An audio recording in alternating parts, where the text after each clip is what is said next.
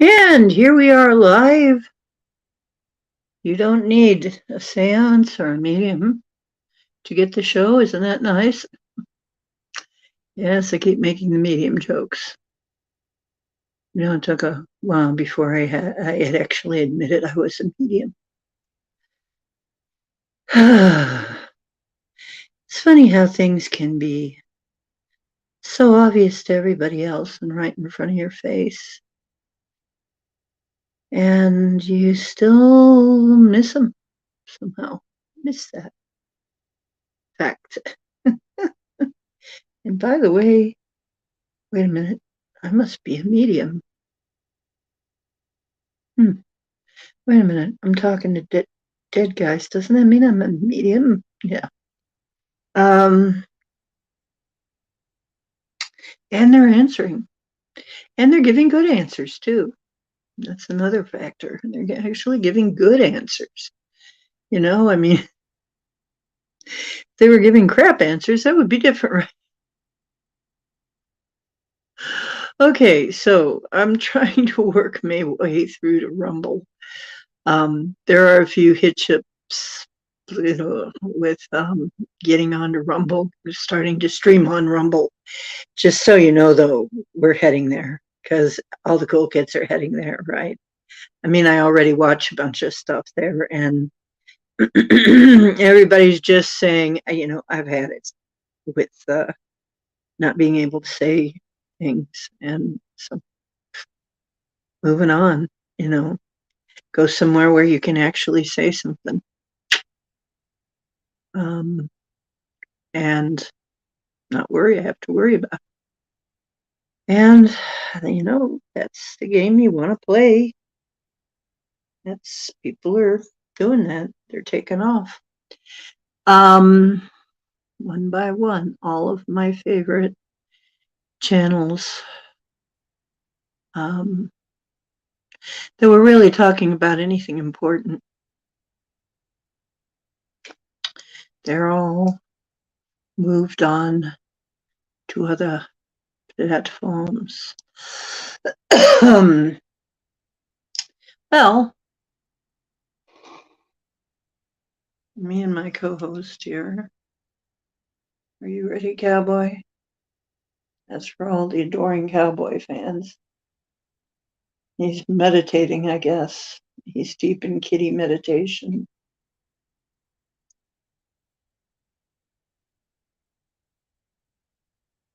Now he's going to curl up and assume the petting position. You may adore me now.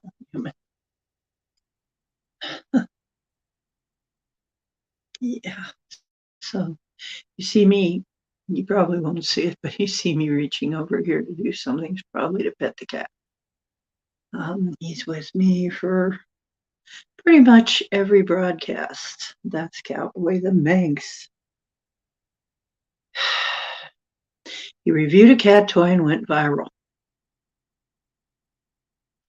That's the way it is with pets. I notice they can just do that. Anyway, so tonight I'm going to do some clearings, we're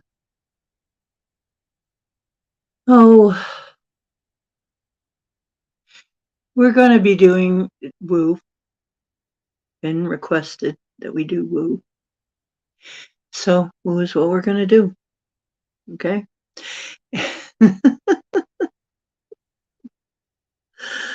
Oh, geez. Hi, I am D. Ocean Swagger. I should have said that earlier on.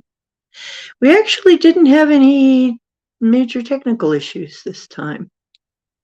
So I actually managed to make it in even a little bit before time.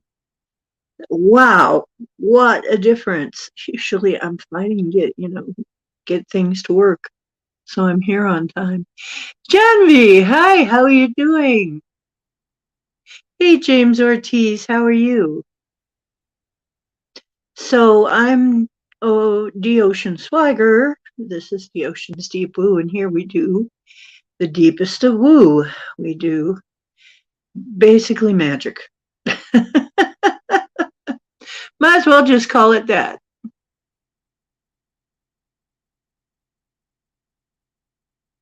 No, we're not doing readings tonight, Janvi. Hi, Michelle Canham-Free. No, we're doing clearings and energy work tonight. So we're not doing readings. Readings will be in another couple weeks for the new moon. I do them at new moon and full moon.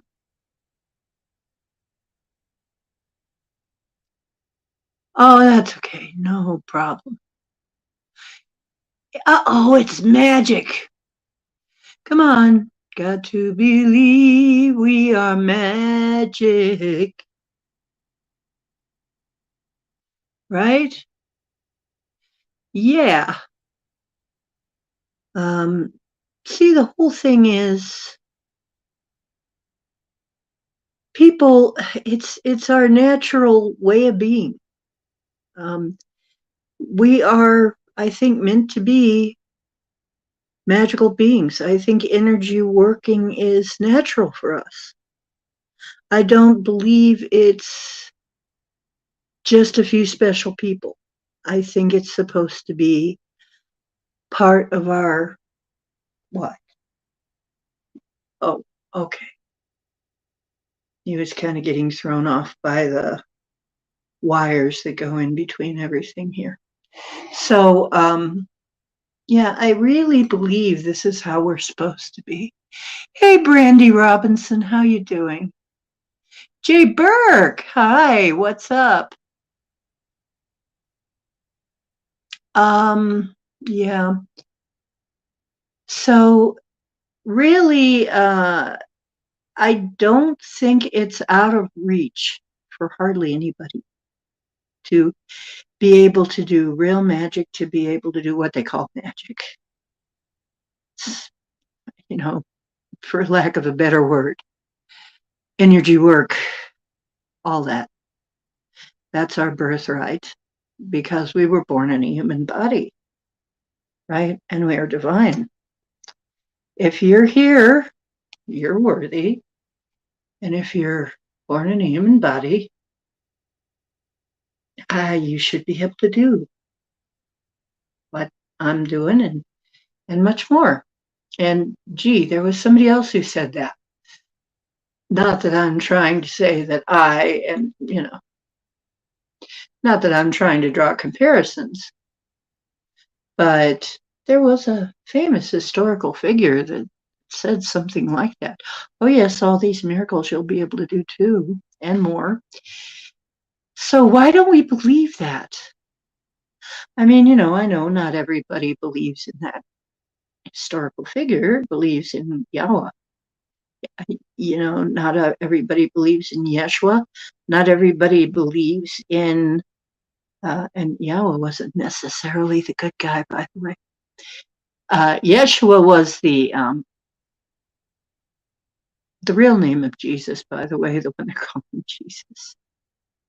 No Hebrew couple's going to name their kid Hail Zeus. I'm sorry, a Zeuster, but it just didn't happen. Couldn't be that way.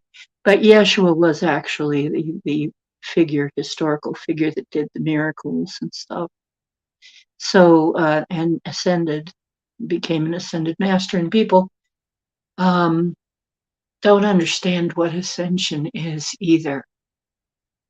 So, I guess explaining some of that, I'm going to go through the ascended masters and the masters of the rays at some point. If you're interested in that, the ascended masters of the rays is very esoteric knowledge. As you know, light has many frequencies, and the masters of the rays are masters of that frequency. And so you can actually get help from that part of our collective universal consciousness if you want to look at it that way. Just like sometimes I'm trying to figure something out and I talk to one of my friends and I say, how would you do this? And they say, well, this is no problem for me. I got this solved. And so they help me get that done. Well, it's just like that. We've got people on the other side that look after us too. We've got people in the unseen that look after us. And why are they unseen? They're just on a different wavelength. They're on a different frequency. So when you, oh, okay. Well, we got, Maria just came in. Maria P, hi. How you doing? Okay. I have to look up every now and then and see who came in. So basically, there's so many things that I have studied. I have studied all this. Yes, I'm willing to share my findings with you, what I have learned. That is no problem because honestly, but you got to realize this is years and years and years. This is like 35, 40 years of learning. Because I started learning about things young, although I wasn't really at things serious until I had my death experience. But that really tends to make you turn around and take it serious. I am great. Just thinking too much. Maria, you're not supposed to be thinking too much. Well, see, that's why we do all these clearings and things. And Jay says, I could always feel the spirits of my ancestors looking out for me in the spirit world. I understand the connection you're talking about. The DOS, yes. We all have beings that look out for us, that help us, that help guide us. Sometimes we also can have attachments that push us around and bully us and try to drain us and all that kind of stuff too. Fortunately, and then there are some things that are just neutral observers. But the ascended masters, generally, they are helpful. Although some of them don't come to the earth plane much. They don't care. The masters of the rays, though, generally it's part of their job to help. Like the archangels, it's part of their job. So, and really, if you think of it, different beings have different jobs, even there. Things that they do that they're really good at, that they like to do. I mean, it's not like they're working at a 9 to 5 with somebody going, you must work through it. No, they're just really good at it and they like doing their jobs. I mean, Saint Germain and Holy Amethyst are a set, by the way. They're divine complements. And one of the things you see this, I've got my grow light, and it's really a good reminder of the violet ray and the violet fire. I might as well, because we used it in the last, when Paul was here, in the last show, we did invoke the violet fire, and the violet flame is very powerful. And so I will be talking about that tonight. I'll be doing some more clearings. I'll be doing some energy work, sending out some healing, doing all that kind of stuff. And then you're going to give me some suggestions too. And we'll do all of that. Oh, you're thinking of the love of your... See, we're not doing card readings tonight, Maria. We're doing something different tonight. We'll be doing card readings again in a couple of weeks. And when we do card readings, I mean, we only do individual 1-card readings, the free 1 cards. We only do them twice a month because, like once at the new and once at the full moon. And then sometimes we do readings, but they're general readings. However, if you want a reading by me, it's really reasonable. It's only $1 a minute, and you can contact me at oceandiana@gmail.com and arrange a reading. So, and pay through PayPal. Pretty easy. So, let's see. So, let me see. People are in. And I'm so glad that you said that, Jay, because I had that feeling about you. Yeah. Okay. So, yeah. So, Maria, tonight we're going to be talking about magic energy work. What a little bit about the rays, a short introduction to the rays, and then we'll get more in depth. What the rays, they are a frequency, color is a frequency, as you know, sound is a frequency. We see in a limited, very limited frequency. There's really a lot more, just like, I know what to do. And while I'm thinking at it, let me get to that intro. And here we go.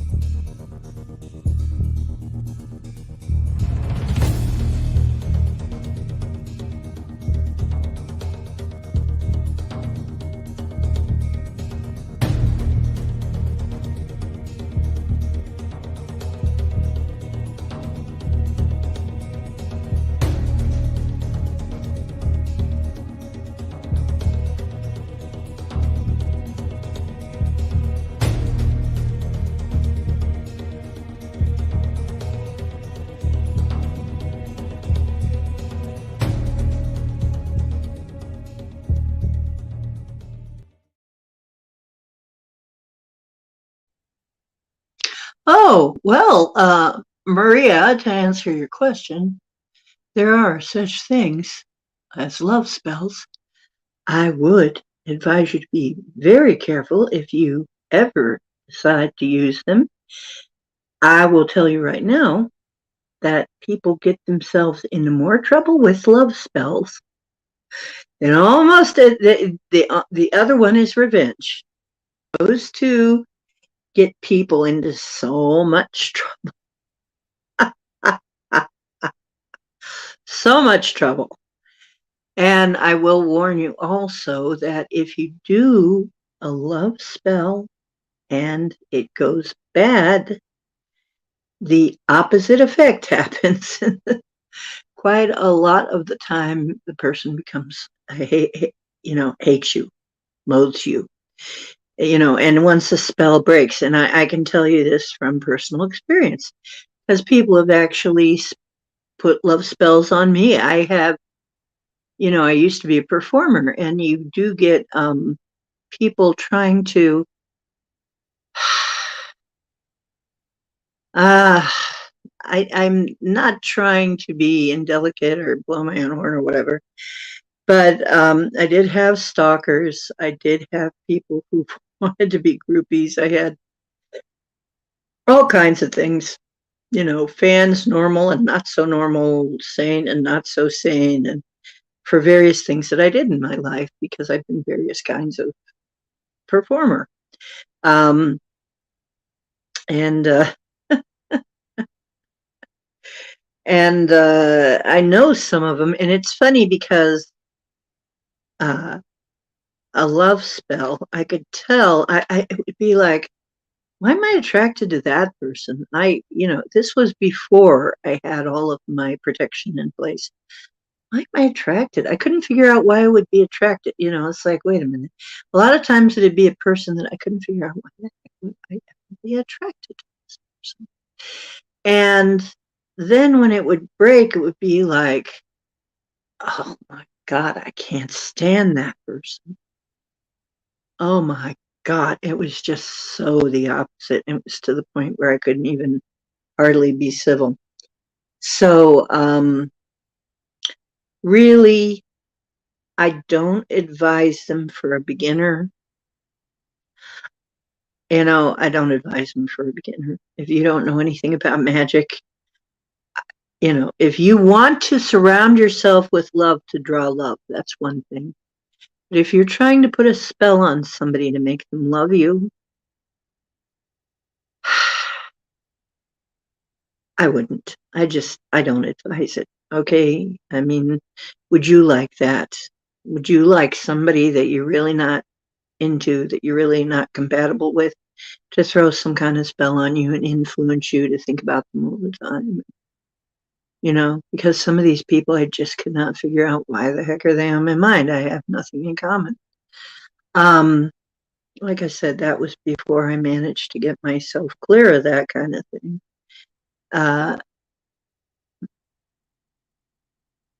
Yeah, you got to be very careful. Like I said, if you if you do it wrong too, somebody bothered me at one time until I gave him a love spell. I gave him one that I knew of.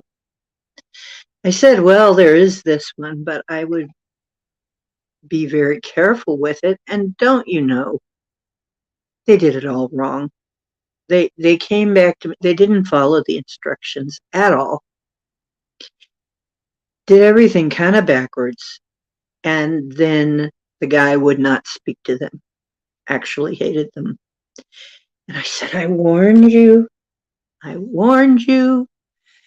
If you don't do a love spell right, you're going to get the opposite effect. And a lot of things are that way. Yeah, and revenge? Oh, oh, yeah. You don't want those to backfire either. So I'd just say, especially if you're a beginner, just leave that stuff alone. Leave it alone. What I'm saying, if you want to find love, here's what you do. Because I've had a lot of relationships, actually. I've had quite a few different kinds of relationships. And one of the things that makes you more attractive is raising your energy. And I mean, if you have a certain vibe, you're going to be attractive to everybody. It's like me and one of basically, for lack of a better word, my protege, my apprentice, we went into oh yes, absolutely. You want them to love you for you, or it's not going to last. It's not going to last, and it's not going to be happy. It can turn very miserable. So I had a protege. It was a male, and we would get ourselves in a very high vibe, and then we go out on the town just to see how, we go out and sing karaoke. And it was amazing because, I cannot say. I've had times when absolutely nobody interested in me. Nobody wants to, when I'm low vibing. When I'm high vibing, everybody wants to know me. Everybody wants to talk to me. Everybody wants to get with me. It's like you want to be loved, raise your vibration, and then get out there and find somebody who is attracted to your lovely high vibration. I can talk a little bit about mineral magic, candle magic. I taught my ex candle magic, and boy, was that. I was sorry that I did that because I kind of made my own little Darth Vader there, in a way. Taught him candle magic, then he got himself into some trouble, as people do, because people do. And summoned something into our basement.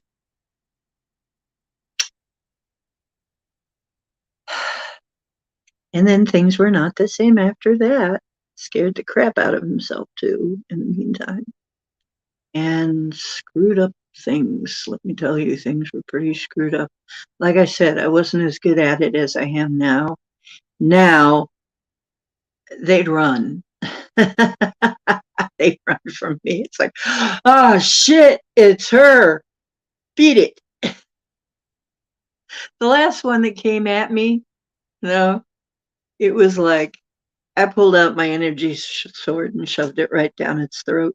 Literally, just you're open wide. You're gonna go. You're out. You don't attack me, not even in my sleep. Okay. And you have to be that way with these things that are trying to drain you, these things that are trying to do evil. You have to be very authoritative and you have to be bigger than them. Okay. So, oh, there. Yeah, when you get back on your feet again, yeah, Jay Burke says, everybody wants to be your long lost friend. I said it's strange without any doubt. Nobody knows you when you're down and out, as the song goes. Yeah, you can't spell tonight. Isn't that weird? You can't spell. No spells. No spelling. Spelling is spells. You know, it's right in front of our face. Spelling. Right. Well, yeah, and then there's that song. When you got money, you got lots of friends riding around your door. Um, it's kind of like that with energy too, because you get this high vibe, and suddenly you're sexy, and it doesn't matter. Like I have to say, there was a phenomena because I mean, and this was back in the age of Twiggy, for Pete's sakes. Cass Elliot, Mama Cass Elliot, really broke through a glass ceiling. She became a sex symbol. She was the thick mama of the mamas and the papas, right? She was the large lady of the crew. And people were nuts over her, though, you know? And which was, some people were in horror because, I mean, back then everything was twiggy, twiggy, twiggy. You know, you had to be a cokehead looking person, right? You had to be very thin, you know, and look like you eat nothing but soda crackers and meth or something. And I mean, back then it was cocaine, though. I mean, a lot of the performers and stuff, it was cocaine. Let's face it. That was the thing back then, I guess. And even David Bowie, he was a coke addict for a long time, although he fought it and fought it. And it was very hard for him to break that addiction. It was just so prevalent. So, which brings us also to a short discussion of power substances. They'll make you feel powerful. They will maybe put you in a frame of mind, but it's really better if you can get there organically. I really don't advise something that can poison you. Okay. Something that poisons you to get high, to get that vibe, when you can do it other ways that are not going to kill you eventually, or addict you, or do something negative to you. So,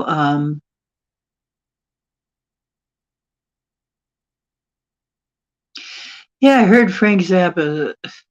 That's what I heard, which is so bizarre, isn't it? Yeah, spelling is spells. Now, isn't it interesting? Let me tell you something else, too. Spelling, taught in schools. everywhere, right? And we know spells and spelling. Okay. So when you write,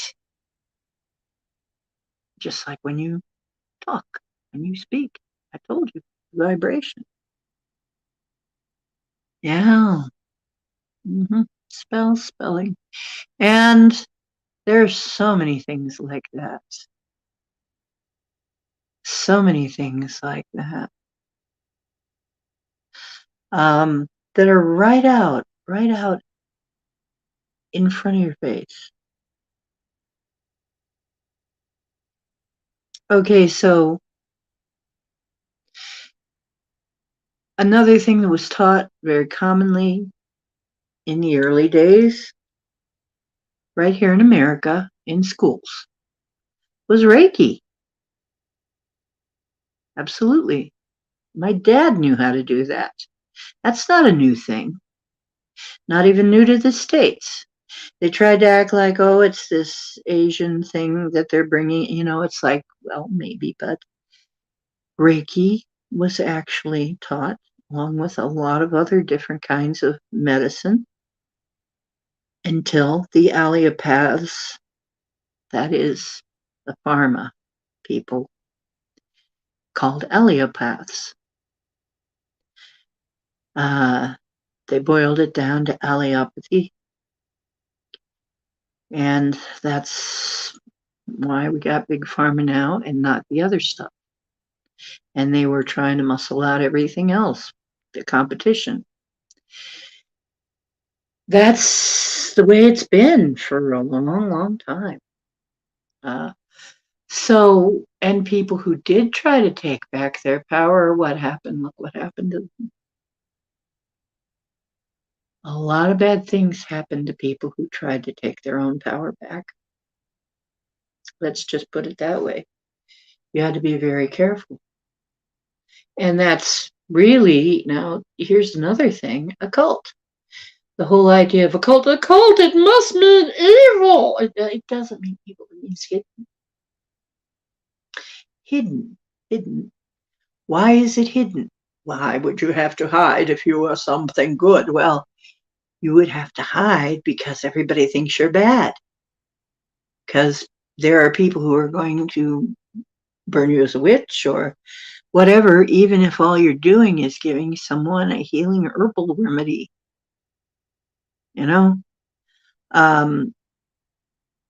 Unfortunately, people have been given the wrong information. I'm not saying there are no bad witches. There are. Absolutely. Dark magic users. There are bad everything. There are evil shaman. There are evil witches. There are evil everything. But there are also good ones that are really trying to help people. And there was a time when this was better known. And the words are still used. For instance, if you now, and people think, oh, geez, isn't it interesting that all of the buildings of a main street usually follow a ley line? Isn't that odd? No, it's not odd. It's not odd because it's the Earth's meridians, and the meridians are where also the water is, underground water. And people would call something called a water witch. A person called a water witch would tell you where to dig your well. And so if you were not right on the banks of a river or some other body of water, you would need to know where to put your well. And you would call a water witch. And they would take their sticks and divine where to dig for you. Okay? And they were right, because that's what they did. And I mean, you can do that. So all of these things, now, of course, the sticks weren't magic, but the person was. Yeah, profits over people. Absolutely. So really, we sacrificed a lot to put all our eggs in one basket. Okay? Every time you do that, look what happens. Look what happens. And now we've got a medical system. I don't trust them. I'm sorry. There's some things that they're very good at, but they have done some things, especially in the last few years, that I cannot any longer trust them. Especially the attitudes I get from some of the practitioners. Some of them might as well be dark cultists as much as they hurt people. I mean, and then there's all of these surgeries and there's all of this invasive, everything is either burn or cut with allelopathy. It's war. Allelopathy medicine is war medicine. And I think part of the problem is, and why we haven't gotten farther with it than we have, is because if it's war, it's under Mars vibration. So even if you're trying to be loving with it, yeah, you can help people, but it still has the vibration of Mars. War, because you're trying to kill something, you're trying to destroy something.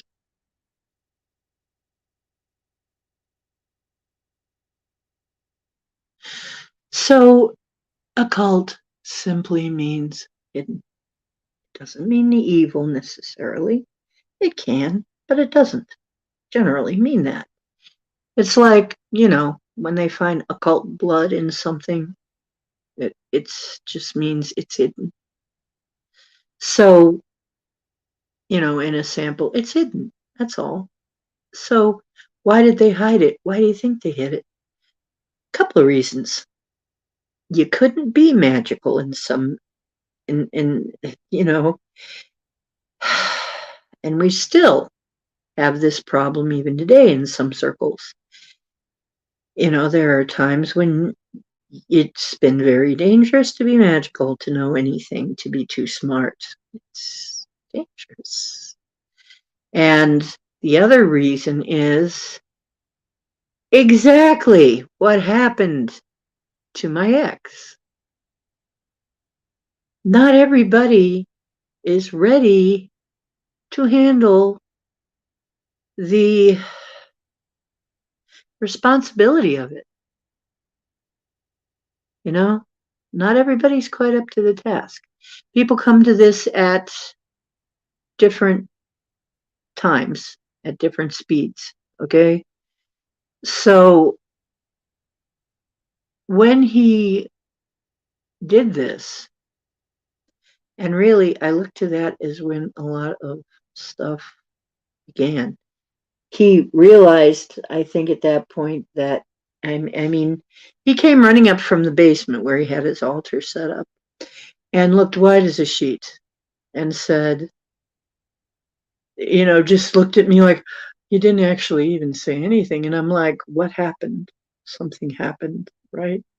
Because I could feel it too. Something happened. And he said, I was doing my candle magic and let me just say something showed up. And I said, you want to tell me about it? No. Well, what did it look like? I blew everything out and ran away. Okay, so he summoned something. And it scared him white, really, whiter than he already was.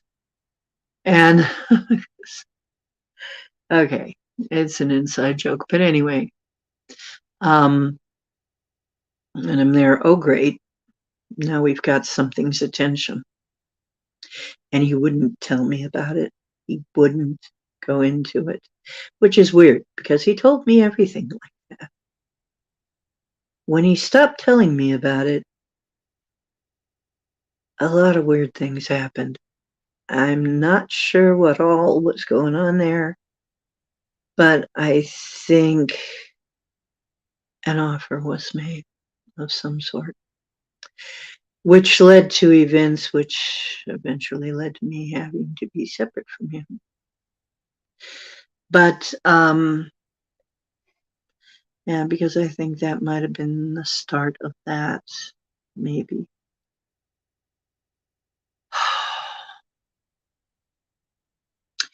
And all I was doing was showing him a little bit of candle magic. Really, it's the frequency of the colors and the fire being the energy, representative energy. And fire magic is fast, works usually pretty fast. And I remember I I had some abilities that I don't seem to have as much now. It seems like they've shifted a little bit over time. Like way back then, I had where I could feel colors with my hands more than now. I don't have that as much now. It seems like things change over the years. As a matter of fact, this is why I wonder if I'm even the same person as before I died. Because I was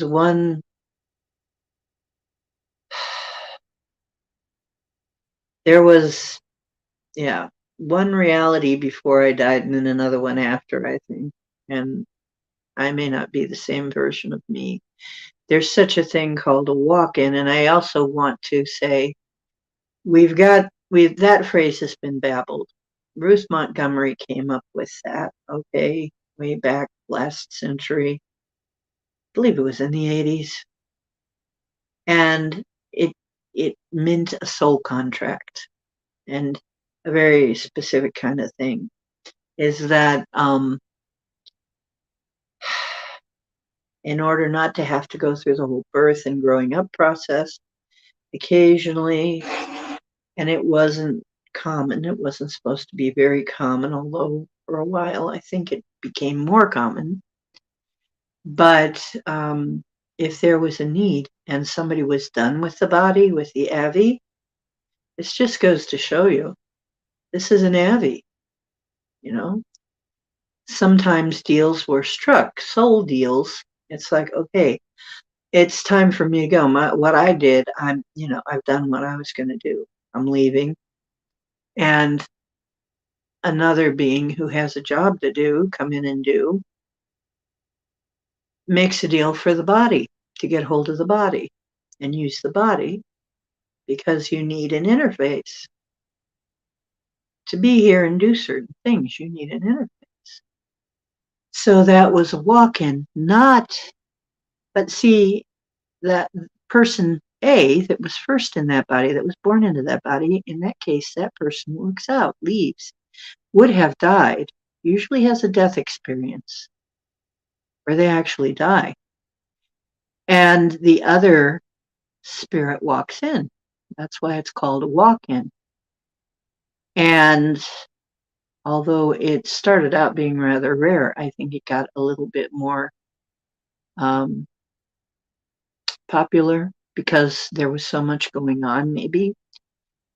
And I know that Diane A, that I was born, was pretty much, she'd done what she said she was going to do. So it's quite possible. But see, you don't notice. Like I said, your mind will try to tell you everything's okay and logical and give you logical reasons, as to why. No, you must be the same person. Surely you are. Because we were both artists, but my style of art changed very seriously, very drastically. And then I forgot some things that she knew and added some things of my own. So it's always been a question in my mind that's never really clear. Was she some fractal of me? Am I an entirely different person who made a deal? Or am I a different version of her, like in a quantum jump? I'm not sure. To tell you the truth, most of us, even when we decide on one or the other, I think there's still room for a lot of us still have our doubts as to, which of these things it is. Because it's one of those really weird things about life on this planet. Christopher Walken. Yeah, exactly. I think of him all the time. Yeah, the vehicle. It's a vehicle. It's an Abby. It's like your little avatar that you use in a game when you're playing a game. That's what it is. So, Christopher Walken, I used to say that because he seem like it? And Walkens are usually mystical. Walkens are weird, usually weird, a little weird, mystical. They're usually unusual people. Yeah. And he played weird parts all the time, didn't he? He was always in all these weird movies where he, played the guy having the odd experiences. So, yeah, sometimes I wonder if that wasn't a very appropriate name for Christopher. He's still around, I think, you know, and still pretty weird. But this jives so well with, oh, Jay, simulation hypothesis. And I'm thinking about my dad because I already was. But remember that Dirty Vegas song where Christopher Walken was dancing in the video? Are you talking a little bit of this and a little bit of that or something else? I can't remember. I loved a little bit of this and a little bit of that. That was great. That was so, I don't remember it entirely though.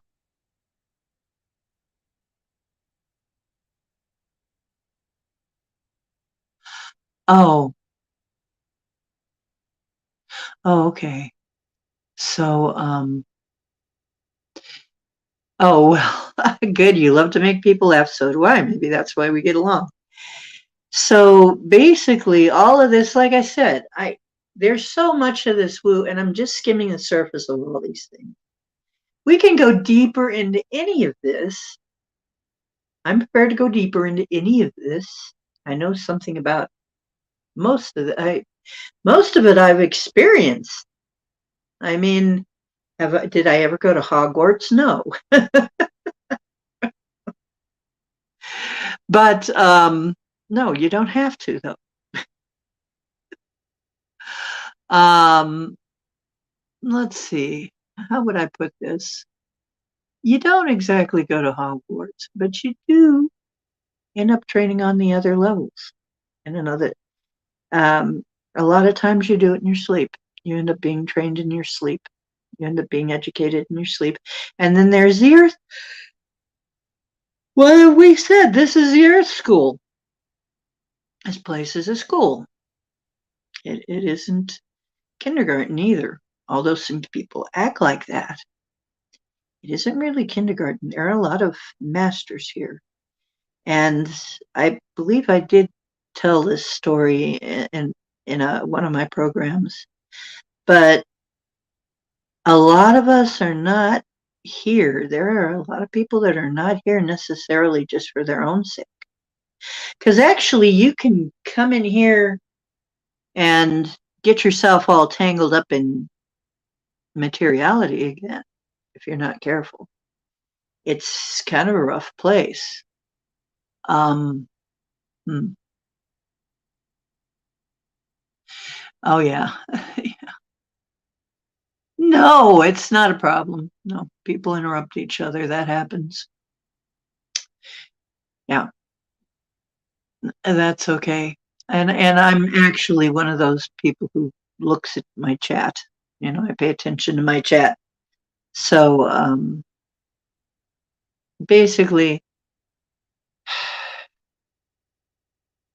when we're talking about all of this weird stuff, yes, in some way, shape, or form, I've experienced it. I'm an experiencer of many, many weird things, hauntings. I've never actually been. I don't think I've ever been possessed, literally possessed. I don't think anything ever got entirely that far. But there was an attachment. I did have an unhealthy attachment for a long time that nobody could seem to get off of me. And that gave me lots of problems. So I know what the problems are like when you have an unhealthy attachment, and it's not something you want. It'll screw up your life. Um, but as Paul said, some of them are not meaning any harm, and you might find you have two patients instead of one.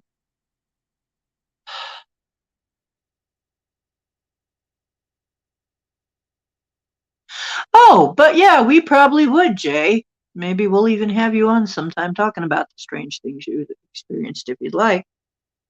Everybody's got a chance with me. If you got a good story about some stuff that that you've been through, if you've experienced some interesting things, please let me know. We'll have you on.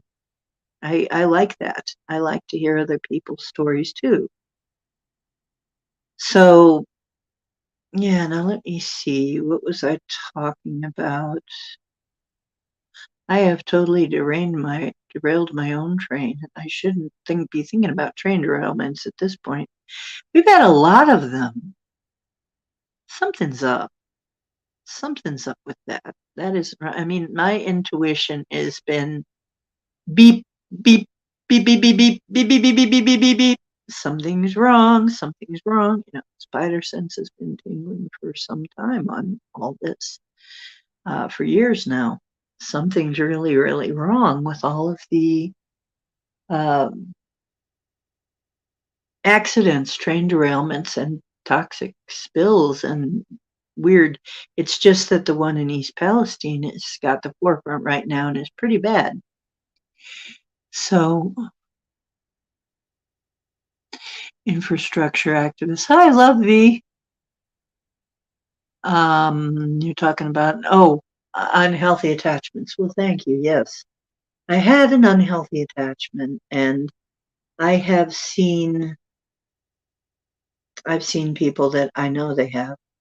My mother had some. And I think a lot of what we think of as schizophrenia, what gets labeled schizophrenia, what gets labeled bipolar, what gets labeled dissociative personalities. Dissociative personality, my gosh, most of the time those are actually, now that is not a walk-in though. And I want to make the distinction because some people say they use walk-in because the language has been babbled. Ruth Montgomery made that up, and I remember reading that book, made up that term. So I know what that term means. But the term walk in is not that. But what that is literally an unhealthy attachment and a partial possession, sometimes called an obsession. So that's not the same as a walk in. A walk in, I remember somebody telling me, "Oh, my friend's a walk-in. She's so much of a walk-in that she already walked out again." And I said, "What? She died?" No, it's like, well, then it's not a walk-in, okay? Because if a walk-in walks out, that means you died. It's the body's nothing in there, unless another walk-in walks in. I guess there are also crawl-ins, which I think was maybe my husband's story because he died, um, almost died, supposedly had a near death when he was born. So he was born blue with a cord wrapped around his neck. So, and had nearly died at that point. And I think because he was kind of odd too. I mean, of course, how could I ever marry somebody who wasn't? But anyway, it'd have to be, wouldn't it? But I swear it was. It was like being married to an alien. It was like dating an alien, and maybe he was. Who knows? Some type of. I always thought he was maybe some kind of amphibious alien. I'm not going to go into all of the particulars of that. Um, Oh yeah. White noise connecting is as creepy as the ham dark water simile. Ham dark water. Mm. Oh yeah, Lovey. Here's the thing. White Noise was actually filmed in East Palestine, took place in East Palestine, was acted. Some of the actors were people from East Palestine. Yeah, that's creepy. That's very creepy. That's part of the really creep factor of all this. Oh, yeah. Oh, you look like an alien hybrid. Well, that's cool. What? Oh. Oh, okay. Yeah. Truth is stranger than fiction. You bet. You bet it is.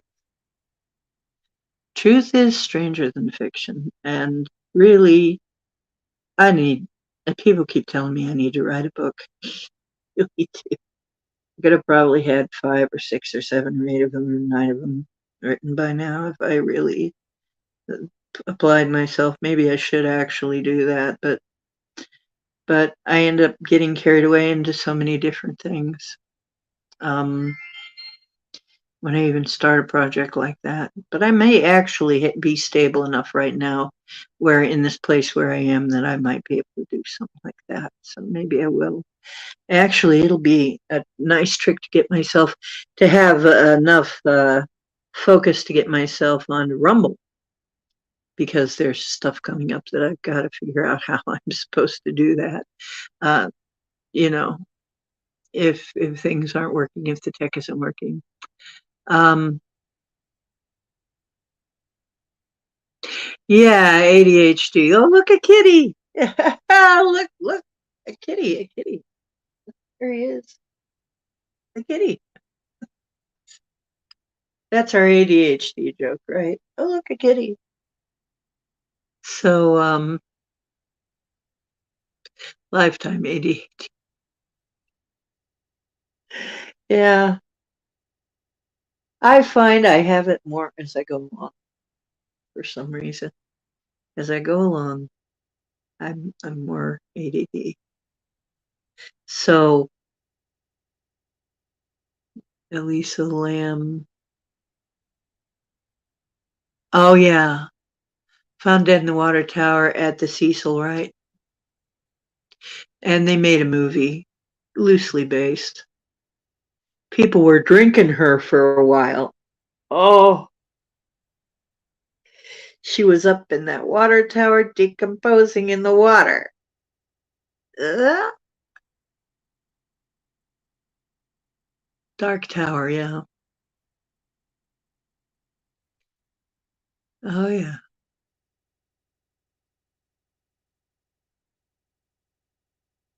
Yeah, very creepy. Ew. Squirrel. Squirrel.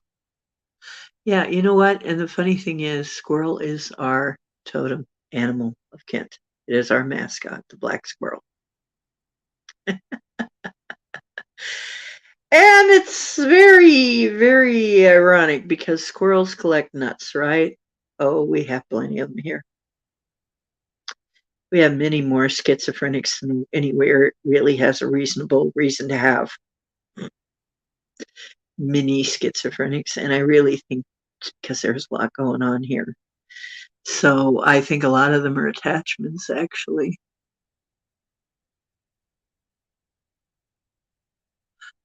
Pam Smith, how you doing?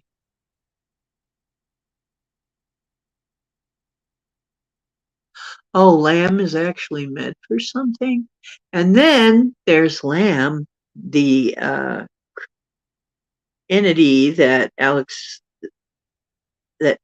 Crowley uh, called up that looks like a gray alien. That was also a lamb. Oh, you photographed a squirrel in mid scratch. Well, that's tricky.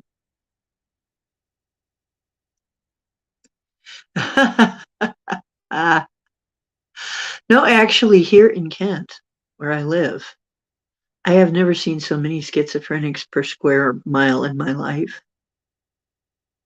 It's almost like every fourth person is schizophrenic or something. It's just really weird. It's like I remember saying this in line at, at the Dollar Tree.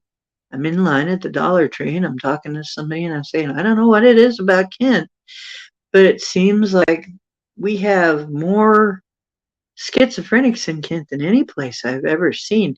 And the person checking me out said, yeah, including me. And I said, what? They said, yeah, I'm schizophrenic. I said, oh, well, I didn't mean any harm. And they said, no, none taken. But it's very common here. And other stuff, other aberrations are too. And I really think a lot of it is the energy is so freaking weird through here. And it always has been for a long, long time. But remember, we have Indian mounds here. We have mounds here. We have a mound that almost nobody knows about right down the street, just maybe 10 minutes, 20 minutes away. So, yeah, Mal, bad. Oh, well, you lived in Athens? Yeah, I hear that's another one. God's land, they make a joke. God's land. Land of the gods, Athens. Yep. The Dark Tower case. Water going on in the same city at the same time. Oh my gosh. Oh my gosh. Jay, I didn't know that. We have to do a show about that then. Oh, and Pam Smith says she has a friend who's a caseworker. She had a client who heard voices one night. It got bad. They took her to a hospital. She begged Chris not to leave her, that they would kill her this time, meaning the voices. Oh, yeah, Athens, Ohio, land of the cray crays. And you know what? I know somebody who moved there. It really attracts him. He was so cray. He found himself a wife. I actually handfasted them. No, they were really meant for each other. Both very unusual people. And perfect for each other in their complementary ways to each other. So, yeah, within 2 hours of the hospital, let's see, and the story continues. Within 2 hours of the hospital, they changed her meds. She went into a seizure, had heart attack, and never came out after she said they were going to kill her. Whoa, Pam. There's another whole story there. Yeah, I had a spiritual attachment and it was strong. It was on me like glue, like crazy glue. Nobody could get it off. And I went to different people to get it off. And it, it just wouldn't stay. And I modified it though. I did manage to modify it, although it still did damage. That ended in 2012. And it was because the contract ended, is what I'm told. A lot of contracts ended in 2012 because they were certain we were all going to die. And some contracts are until death anyway. Which is what I was saying in one show. Maybe we did die. I don't know. And we just got uploaded here, where we are here. We wouldn't know. We wouldn't know.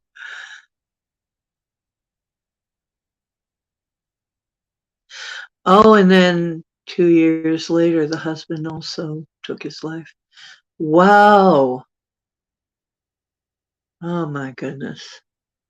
That is a very, oh boy, that is a sad story. That is sad.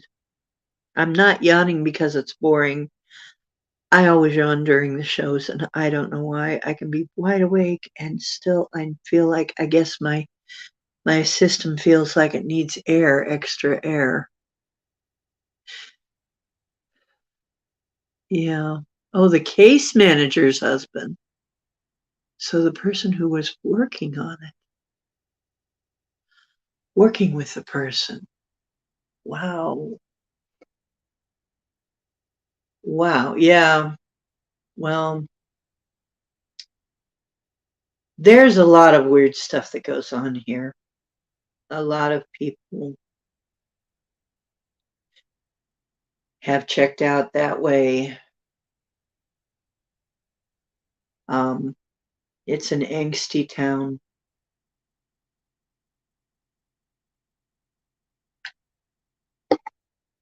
And I could feel it. And I could hear something every now and then trying to convince me to just slip my wrists and get it over with. And I'm there, get the hell out of here. I'm not doing that. And then I go away. And then every now and then, and I think it was really attached to another person. That one was attached to another person. And it was when they were in the vicinity, I think that that would happen. And I'd just be like, no, I'm not going to do that. So let's see.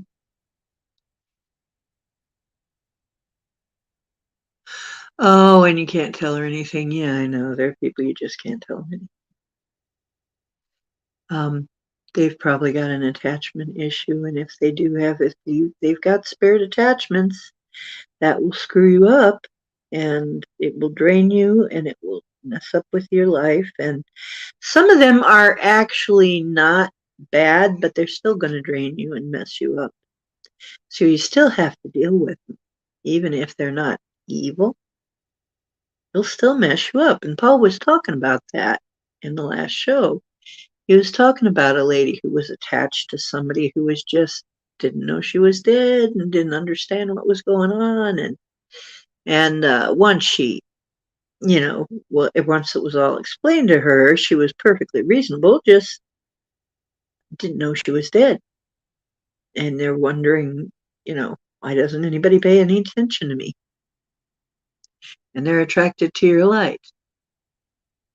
Yeah, Ohio is just weird. There's so much here that's weird. There is so much in Ohio that, and like I said, we've got all kinds hot running and hot and cold running paranormal events here all the time. I mean, and it's funny because some people go through their lives and they never get hit with it. It never, they don't believe in it, and it seems like for some reason, um, they just don't ever experience anything like that. So they think it doesn't exist. And then there are people who the whole doggone family. So, it goes all the way back through the family generational curse or something. Never going back again. Ah, I see. Lovey. Oh, yeah. Going back to the Indian massacres, Jay. Yeah, I'm sure. Yeah, this is Indian territory. And actually, I solved one. There was one that I solved, a haunting, a poltergeist, in fact. That was exactly that happened exactly because people stole Indian land. It's exactly what caused it. And I will maybe tell that story again sometime, but really everybody had tried, they had a priest try and exorcise it, didn't work, got worse. They had a high priestess, Wiccan high priestess come in, try to exorcise it, didn't work. Got worse. Only got worse. They brought in the shaman, me, and I did it from a distance. But I didn't end up on the news. That case was on the news, though. It was here in Kent. And I cracked that one, but that part never got on the news. But she'd had that for years. I know that person who had that. And they even had a picture of the red eyes staring at them from the basement stairs. I mean, and a lot of haunted basements here. And we did have speakeasies here. There were speakeasies through here. So a lot of stuff happened down underground. We do have underground areas. The place has obviously been mud flooded. If you look at the buildings, it's very obvious this place is mud flooded. Most of the buildings in town, if they have a basement, the basement is usually haunted. And make people very uneasy to go down there alone. Um, in Akron, same way. I saw the underground. I saw parts of the underground when I worked in Akron. Some of it really, I mean, a lot of it just made my hair stand right on end. I couldn't handle being down there too much.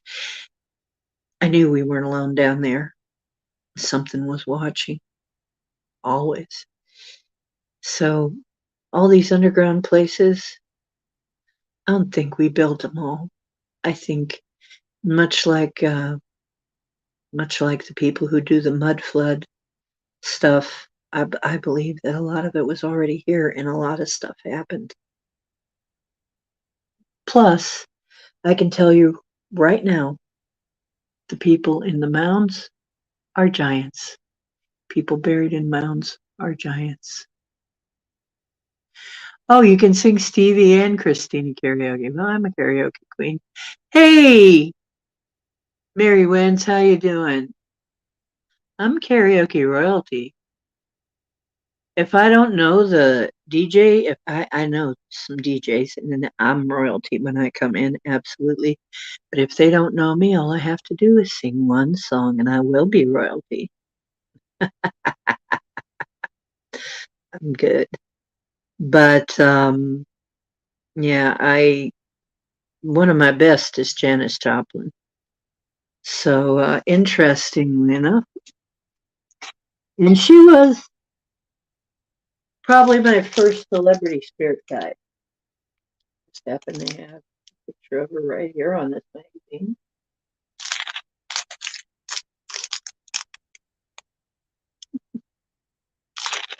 Yep. When I was a street corner musician, her ghost would show up all the time.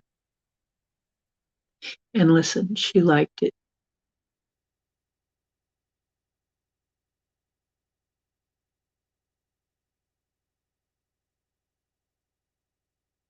Oh yeah, built on burial grounds. Yeah, everything. Land O'Lakes too. Yeah, when we inherited the beautiful buildings, and people, in order to get rid of the evidence, took them down, didn't they? A lot of them.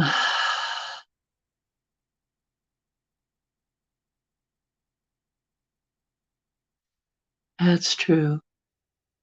I agree. Fleetwood Mac.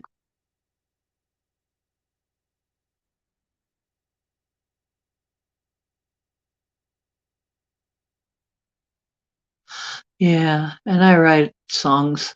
I've written a lot of songs you haven't even heard of.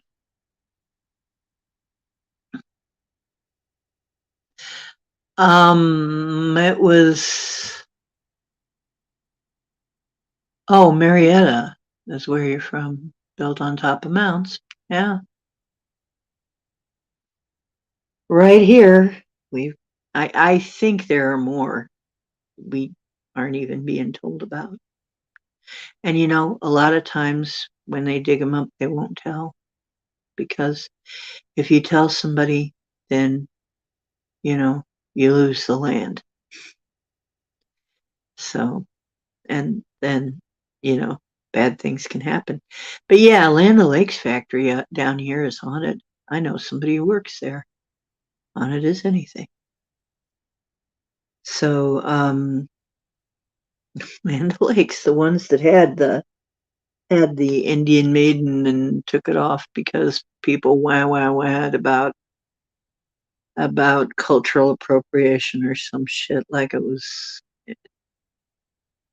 shit. There was absolutely nothing wrong with that figure. There wasn't anything bad about that.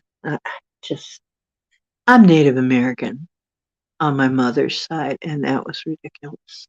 I'm sorry. Oh yeah,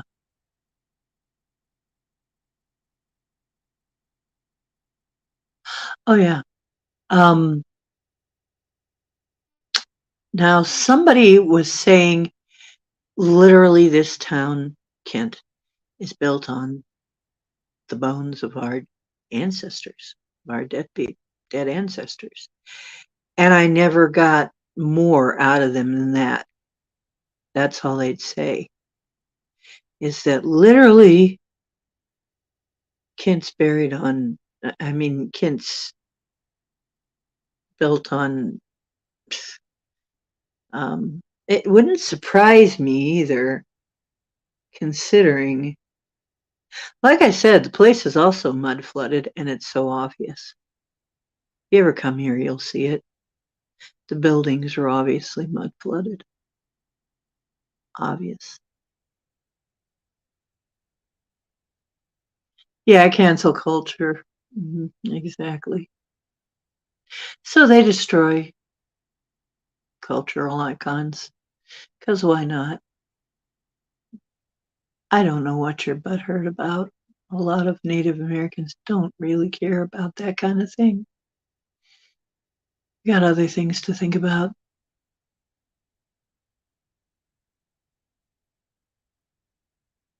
Um, oh, your grandma got him, Jay, your grandma got abducted on Route 7 in the late 60s. You know what? That's pretty cool. And okay, so Pam had a sighting through the mid 70s. And yeah, I wouldn't be surprised.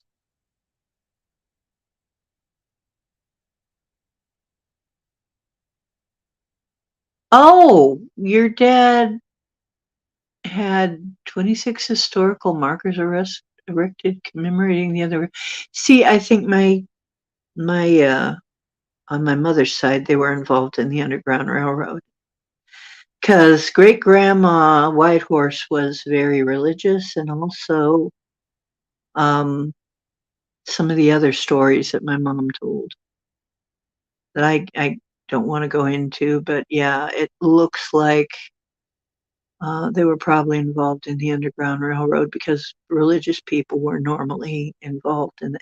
That was, and that people were constantly coming to their house and they would help them and then send them on their way.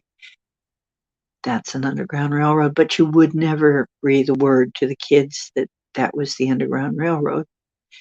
You wouldn't necessarily say that because you wouldn't want them saying anything to the wrong person because my great grandfather was a sheriff in the South.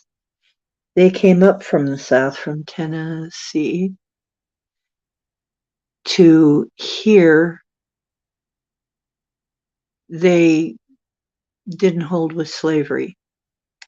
He could not stand being required to go hunt down escaped slaves. He couldn't stand it. So after a while, he just got tired of that. But he was a sheriff and very tall guy. So they called him Pistol Pete. In the family, he had a nickname, Pistol Pete. But he carried guns for sure. So yeah, that sounds to me like, although I have no, history, nothing to prove that. That sounds like Underground Railroad people.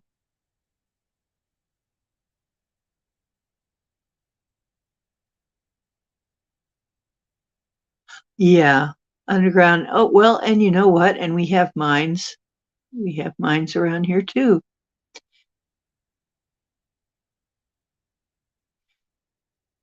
Oh, really? You know what? He might know actually which branch of this, he might actually know something about my people then. If he studied it, maybe he could tell me something about my people.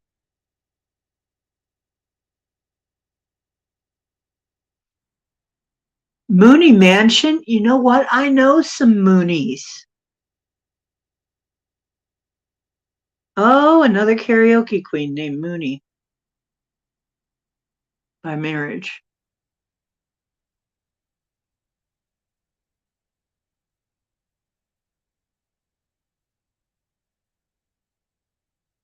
Yeah. Oh, really? From Woodsfield there at Stafford. Okay.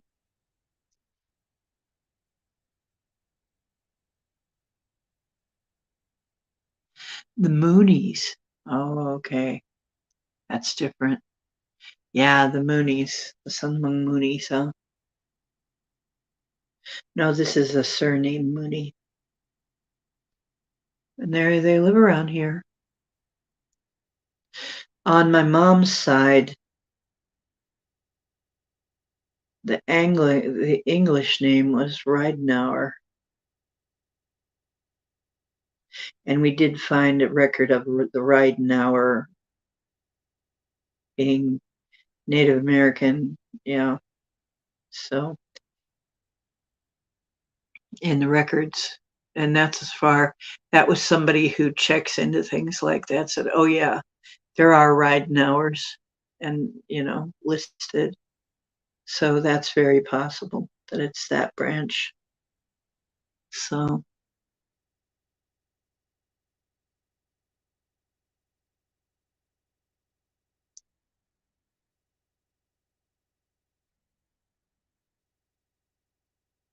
oh yeah. Um, well, the cult was Sun Myung Moon, and they called them Moonies. And oh yeah, sorry, I remember those when I was growing up. Yeah, I remember that, and people generally talking about them. It was along with all the other strange things we had going on. Yeah, people think we got a lot of strangeness, high strangeness now. We had a lot of high strangeness then too. Not quite as concentrated as it is now, but we had a lot of very strange things going on as I was growing up in the 60s and 70s. Very strange things. Um, Actually, I am just old enough to have been on the cusp of the flower children, which later transmorphed into hippies. The difference, you want to know what the difference is? Does anybody know? I'm going to see who knows. Who knows the difference between a flower child and a hippie? This is not a joke. This is the truth. What's the difference between a flower child and a hippie? So it's amazing how many connections you can find. Anybody want to feature a guess what the difference is? Because I have a friend who keeps saying he's a hippie, and I say, no, you're not. You're not really hippie. You're a flower child. There's a difference. Okay, I'll tell you. The difference between a flower child and a hippie. Drugs. Pot. Flower children were really more about nature. Now, a lot of them, they would, like some of them were got famous for dropping acid and finding God that way. Okay. And really being a psychoactive, uh, yeah, you can do it that way. I mean, the shaman of old had psychoactive substances that they used to connect people that way. Okay. So if we're being truthful, and now they're actually looking into some of these substances to help correct uh, uh, mental mental illnesses. And some of them actually work pretty good. So really, too bad we didn't look into that sooner.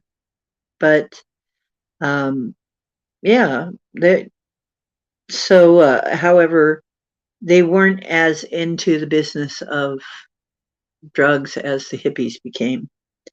The hippies became very interested in that.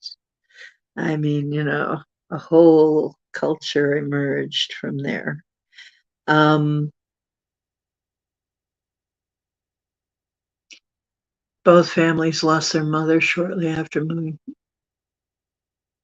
Yeah, and you would have been right. Yeah. So if you're more of a flower child, if you're really not that much into drugs and you're really more into nature, communing with nature, being one with nature, you're more of a flower child type.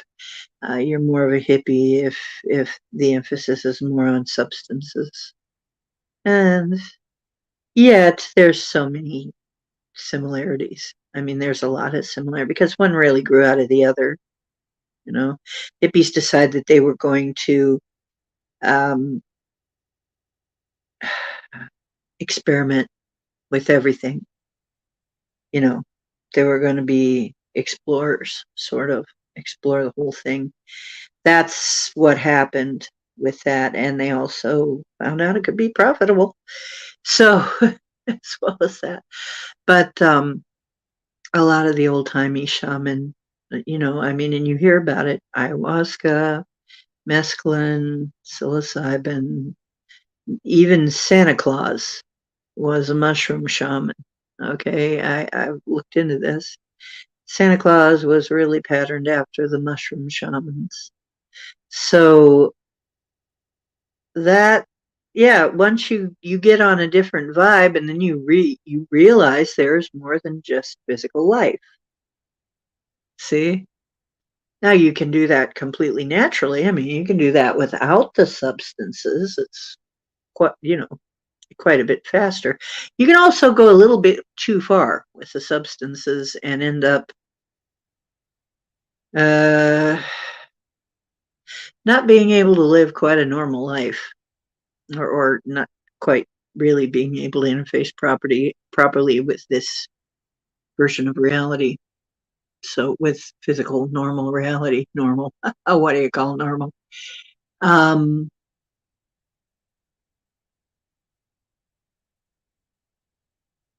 mhm. Yeah, the children of the sun, right? Children of the sun, children of the sun. One of my favorite songs, actually. I used to know every word. Oh, antidepressants. No, don't let them do that. Don't let them do. There's other ways. I'll help you. I'll tell you what you can do. Get yourself a grow light and sit under it. Get yourself a full spectrum light and sit under it. That's one. There's other things you can do, but don't let them put you on antidepressants. They're not good. They contain fluoride and actually can screw you up. They put me on them for a while too. I know people that, and they had to quit. Made me sick. Uh-huh. If you're just depressed and stressed, you're probably fairly normal and just need some therapy in other regards. Oh, Jimi Hendrix.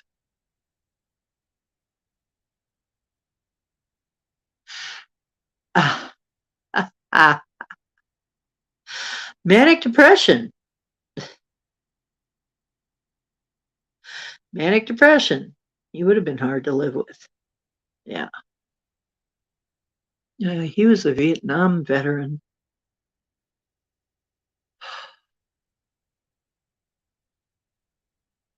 Oh my God. Yeah, they tried to put me on the one that's also for fibromyalgia. Made me so sick. Yeah, they don't work anyway. Yeah, CBD better. Yeah, CBD is better. I would take CBD any day over. Yeah. Yeah, Jimi Hendrix was amazing, and oddly enough, he wasn't. It's not that he had this amazing voice, but he was an amazing guitar player. But he had a soulfulness about him. And, you know, I knew somebody, his name was Davy Fields, who they said was a reincarnation, but I don't think he was a reincarnation. I think Jimmy channeled through him a lot. And I knew him. And so he was a great guitar player. He's passed on, Davy Fields. I knew his mom. I'd still say hi to his mom every time I saw her. Poor lady, lost her son. But he was sick. Oh, Cymbalta.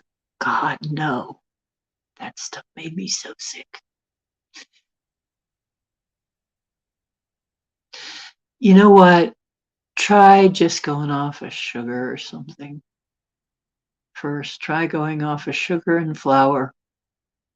Go off of sugar and wheat. It's weaponized. They say that for a reason. It is. I'll eat a little now and then. Boy, do I feel the difference. So I feel the difference. And the problem is, so once you get off it, you'll feel the difference. But I'm so different. I recommend it if you can do it. Gut, yeah. Leaky gut, yeah, or gut. You know what? Then I'm going to talk about also um, fermented foods. Now, it's interesting because fermenting is a way to preserve food, and it's also a way to make it more beneficial. Fermenting is probably one of the things that got us through some very hard times. I know a bit about fibromyalgia, have had it for many years. Started getting symptoms of that when I was all the way back in college. Yeah, sugar. It's Yeah, sugars in everything is very hard to cut out.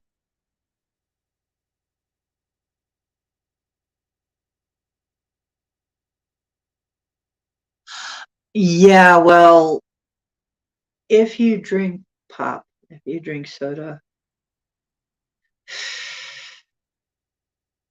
I know it's rough. I I largely stay away from it. I'll have once again, it's something I have every now and then. I found some delightful soda. It's ginger beer.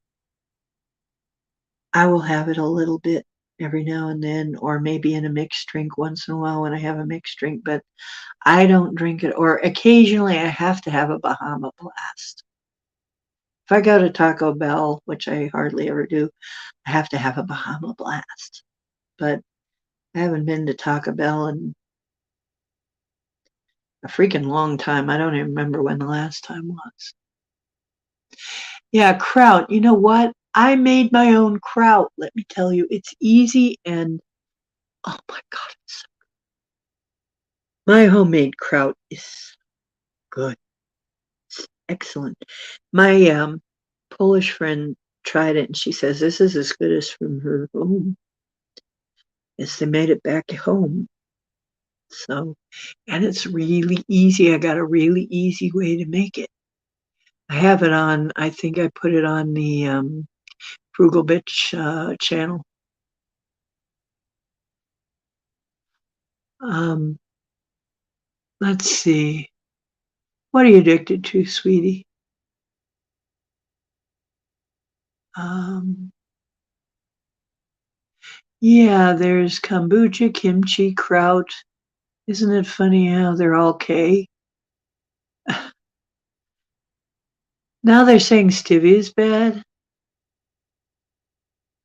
Well, I'll tell you something about stevia. Stevia itself is not bad, but the white stuff is not stevia. It's stevia mixed with something far worse um, than sugar. I believe they call it,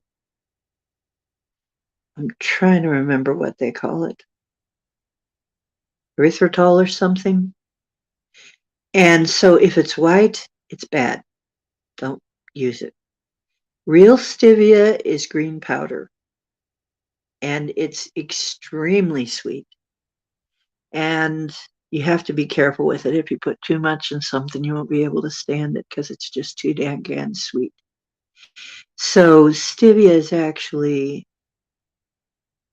fine, but unfortunately, they have mixed it with erythritol, which is very bad, and some places mix it with this aspartame, both very bad.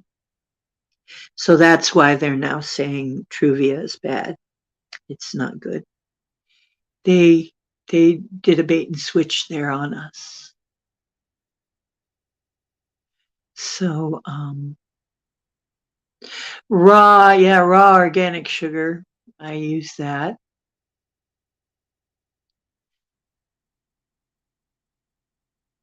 Yeah, you will be addicted to Coke. Isn't that amazing? It's not amazing though. Coke was always addictive, even when it had real Coke. When it had real Coke, it was very addictive. But yeah, Coke is still addictive. They changed the formulation. It's still very addictive, and it can still very kill you. It can still very you know. I'm sorry, but I'm going to tell you. It's because I have to tell, and I'm always right when I tell people this. If you're addicted to Diet Coke, you're looking to have diabetes. That's exactly how you get it. When I start seeing, especially when I started seeing, when I'd be on the bus and I'd see the senior citizens getting the cans of Diet Pop, especially Diet Coke, Diet Pop, and I'd be like, oh, they're fixing to die. They're fixing to get real sick. They would need more and more. They would be buying more and more. And eventually they wouldn't be around. They wouldn't be on the bus anymore. You wouldn't see them. And you'd hear they've been sick. They'd start to get sick. Fermented things actually will help your gut biome and help you out. And you know what? It's kind of interesting because from a completely woo perspective, those little helpful bacteria, I've gotten in touch with them. You can actually talk to them. You can actually feel them, you know, loving you. They actually are happy to go in your system and build a home in there. It's like, oh boy, we found a home, yay! And I encourage them. It's like, oh yes, please, grow, reproduce, kill all of those nasties in there. I I take my fermented stuff. Oh, I love myself. You know what? Sauerkraut, my homemade raw sauerkraut, is wonderful with fish. Oh my gosh, is it wonderful with fish. I had it with the wild caught extra crunchy fish from Aldi's. I was not prepared for how wonderful that was. I don't know why. The flavor of the fish and the kraut together, it's making me hungry this minute. After I do the show, I may have to go and actually cook that tonight. It may, just to think of it, because I didn't really have a dinner.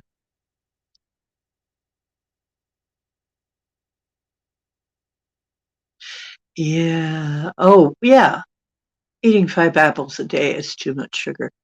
However, the profile of an apple nutritionally and sugar in a candy bar is very different, right?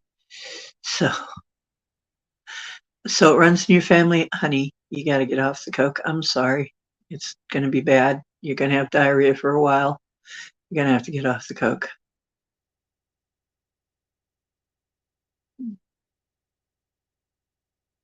He said eat food like it's medicine before you have to eat medicine like it's food. Exactly. Well, I'm sure Madison wouldn't have minded, but Jay, but you know, you'd have to ask. But I was about to say, who's Madison?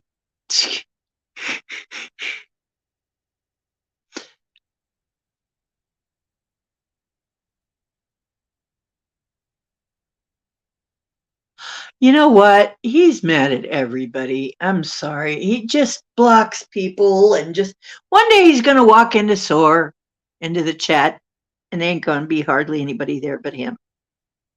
That's how many people he's blocked. He's just blocks people right and left. I don't give anymore. Feel sorry for him. Yeah, and he was complaining about how the mods were rude to people. Yep. We're talking, for those of you who don't know, we're talking about an incident that happened. I got blocked by a guy. It's just a guy. Okay, we're not going to call names, but it was just a guy who is very opinionated. And actually, you'll read his stuff and you'll read his posts and go, wow, that's brilliant. But then get to know him a little better. There's a reason he's single. Anyway, don't tell him I said that. Yeah, diabetic and drinks Pepsi every day. You know why? It's still sugar. I'm sorry, it's still sugar. You say, yeah, it's no problem. It's not sugar. It is sugar. It is sugar. It is sugar. It's fake sugar, but it's still sugar. Still sugar. And worse yet, because it's not real sugar, it doesn't trigger satiation, and you don't know how much you had, and so you'll have way too much. As a matter of fact, it'll make you want way too much. That's what it's formulated to do. So, yes, spiritually very bad in all kinds of ways. My grandmother toured the Coke plant. hmm She knew a lot of famous people because she worked at a 5-star chicken house and was head cook, and they always wanted to compliment the cook. And so she got to know a lot of famous people. So she knew the guy that owned the Coke plant in town and in Akron. And he took her on a tour. And she noticed that the steel vats were all etched out. And he said, oh, yeah, I don't let my family drink this stuff. I would never drink it. When you're drinking Coke, when you were drinking Coke back then, I don't know how they're doing it today, but back then when you were drinking Coke, you were drinking steel. Ah, yeah. So, oh, zero. Yeah. The thing about zero, okay, it's poison. It's a trace, though. And if it's a trace, you don't have to declare it on there. If it's just a trace, and, it's like a dog licking antifreeze. It's sweet, right? Just a trace of it. It's deadly, but it doesn't count because it's just a trace. Thing is, what happens when you drink a lot of it, and that adds up to more than a trace? You're drinking toxin. Ah, Thomas Fessler called you a Russian op.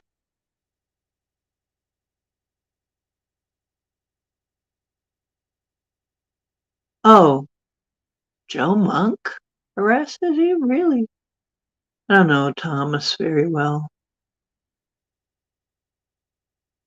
I'm not sure what the military industrial complex narrative is on war that you're talking about. I know there's more than one that I know of, but I think people should be able to disagree with each other peacefully.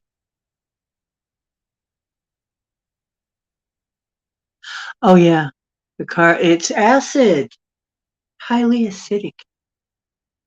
Yes, if you have problems with your bones degenerating, any kind of disease like that, it will screw you up. And that acid screws up other things too. It's very hard on your organs.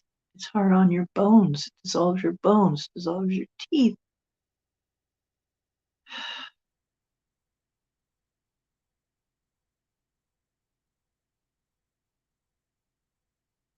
Um,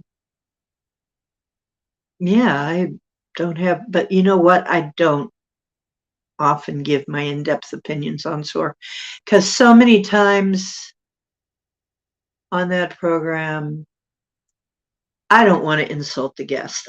I don't want to insult the guest or other people.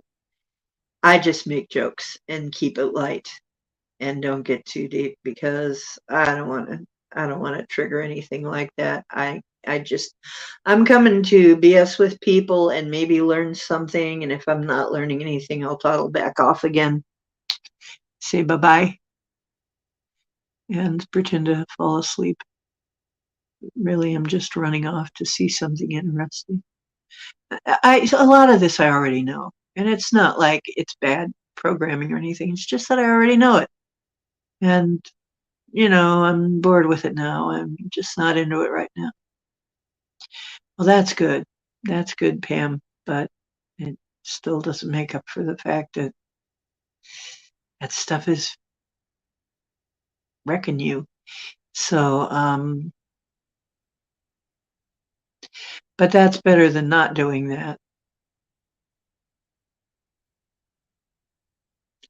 Oh, for Pete's sake. Well, if somebody told me that, I'd make a joke about it, and I'd probably make a joke about it, and well, it depends. Yeah, probably. Yep. I ain't gonna say that.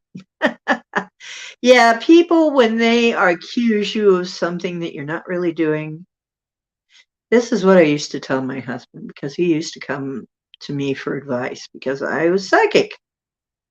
It's part of how he got where he got. He worked for the government. Um, he had his own little remote viewer and psychic, but he didn't work like in any of the alphabet agencies. He worked for the government though. Anyway, I'm not going to go into that right now.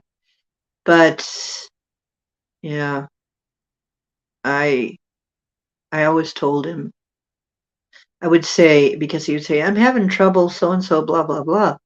Okay, what are they saying about, when he would have trouble with somebody when I was doing that? What are they saying about you?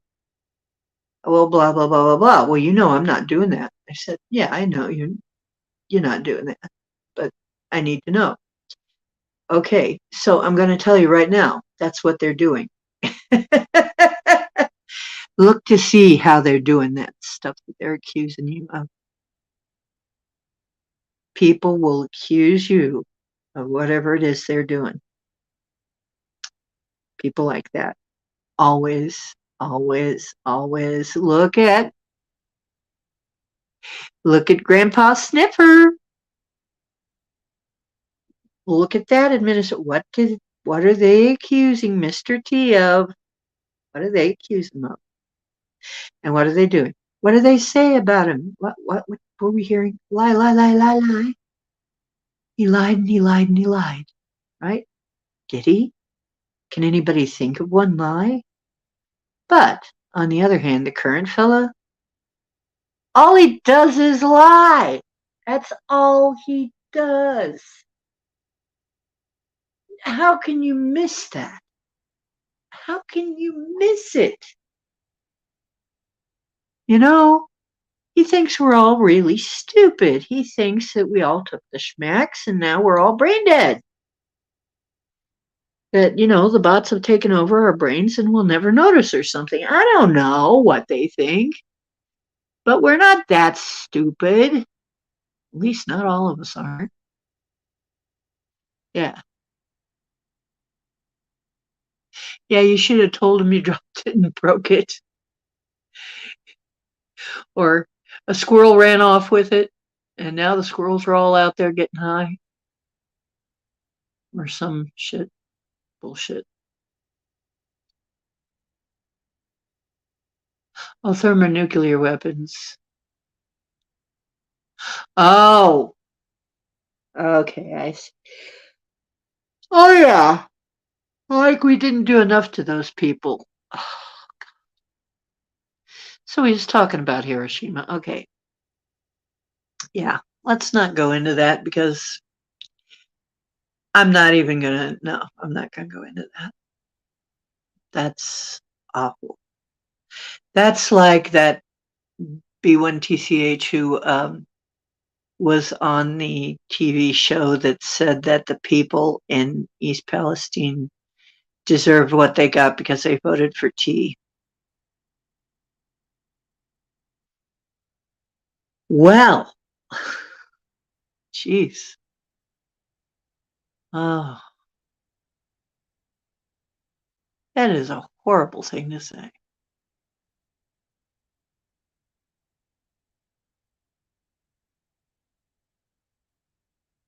Yeah, mask off moment.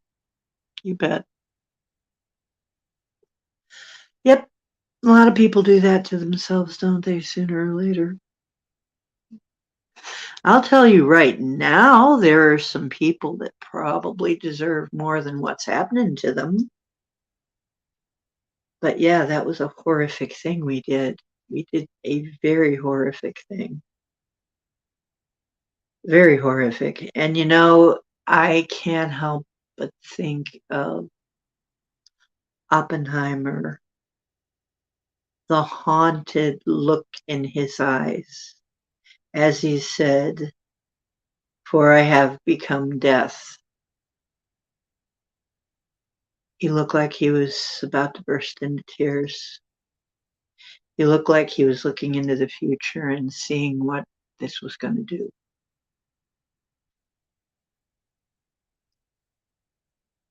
And of course, the ETs don't want it. The ETs say it disrupts everything.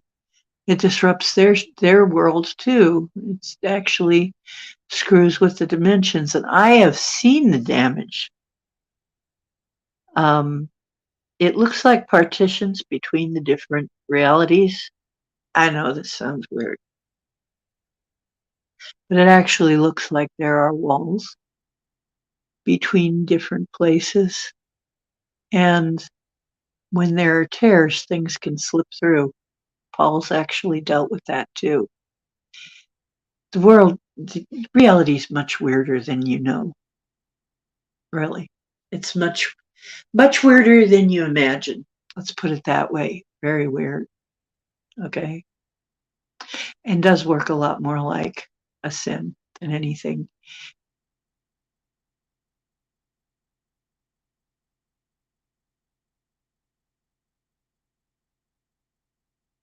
Yeah. Everything that is, hi, Marilena. Everything that's happening in East Palestine, that ain't going away real quick. I may have a special ceremony for East Palestine and surrounding areas and actually all of Ohio. I'm going to see if I can get Paul to do that because we're going to need it because Ohio is under attack. I'm telling you guys, Ohio is under attack. We're called the Heartland for a reason. We're shaped like a heart. The motto is Ohio's the heart of it all.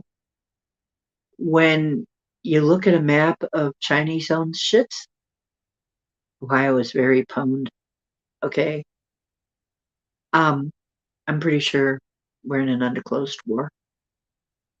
Undisclosed. Yeah, unnamed war. So we're going to need all the help we can get. World War III's already started. It's in progress. And we need help.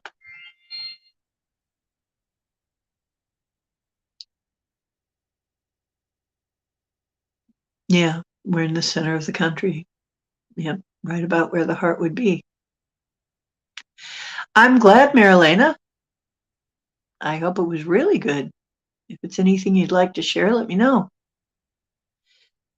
Yeah, of a large power grid, yes. Uh, Ohio is no small potatoes either. I mean, we got Wright-Patterson, you know. Wright-Patterson's right down the road. We got mounds here. We got a lot of stuff going on. We got paranormal all over the place. Ohio is a lively little place. Okay, it really is. And you got to know. Oh my goodness. Oh, that's great, Marilyn. You know what I did? I'm just mentioning this as an offhand thing because I'm feeling it. I did the dumbest thing. I had some leftover bacon grease and I had some leftover potatoes I was trying to get rid of. And I made some fried potatoes. And I haven't been hardly eating any carbs. And I made some fried potatoes, and they're not setting well. They're just not setting well. So I'm having some problem with that. You hate it here. What do you mean by here?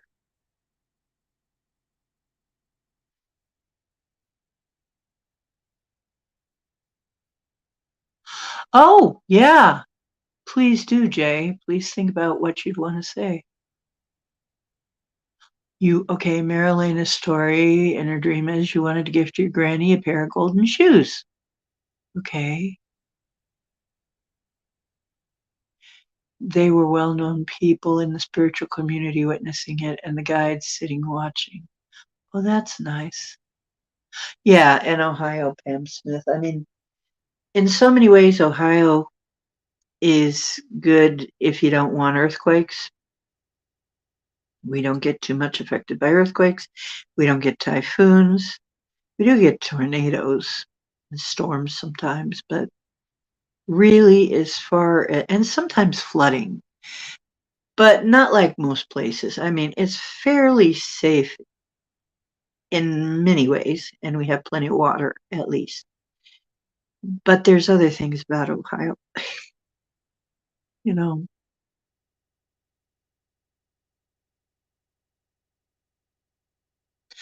Oh, well, that's a beautiful story, Marilena. Did she get her golden shoes then?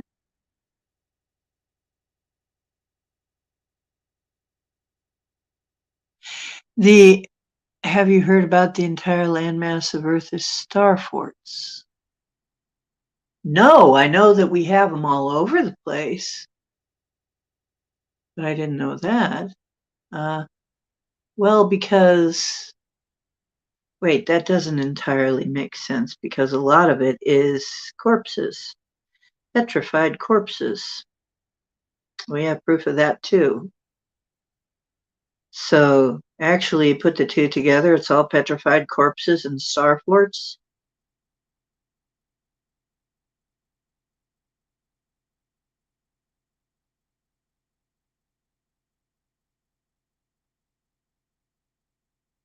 Oh, Cutler, Ohio. Ito Lake. Ah, corpses on the SF. The SF? What's the SF? Yeah, Dutch Sense. Yeah, I know that channel.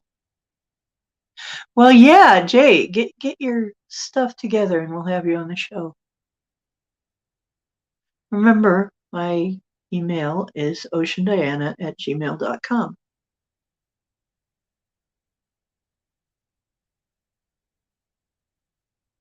Yeah, definitely corpses. We have proof of it, but people just don't believe it.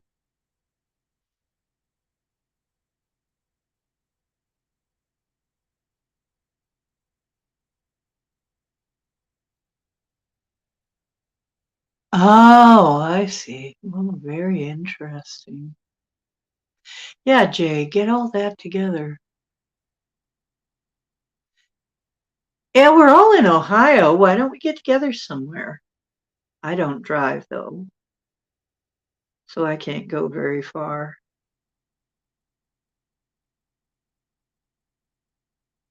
Yeah, there's dead things upon dead things upon dead things. That seems to be all we have here.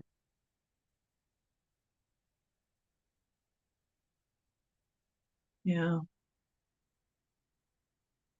You have a symbol to give to your grandma, Marilena?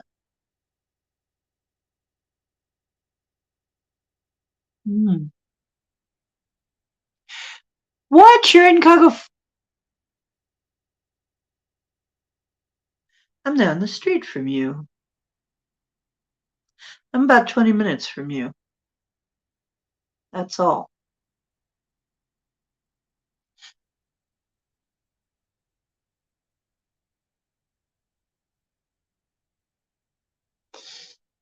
All right, you guys, let's have a meetup. You know what?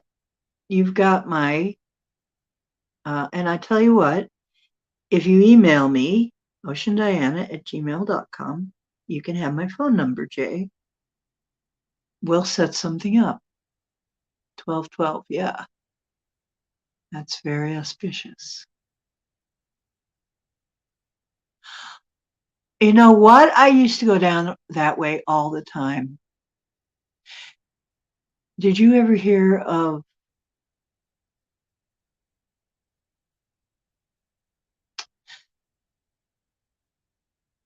and I'm not talking about the Beatles. I'll talk about all that some other time. We'll talk about it.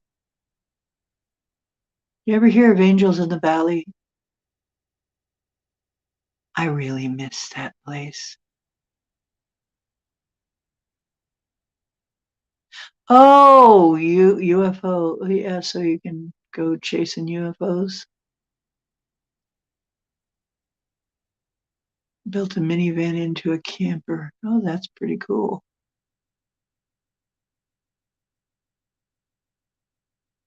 Yeah, when I was doing singing telegrams and when I was a vendor, I drove all over the place.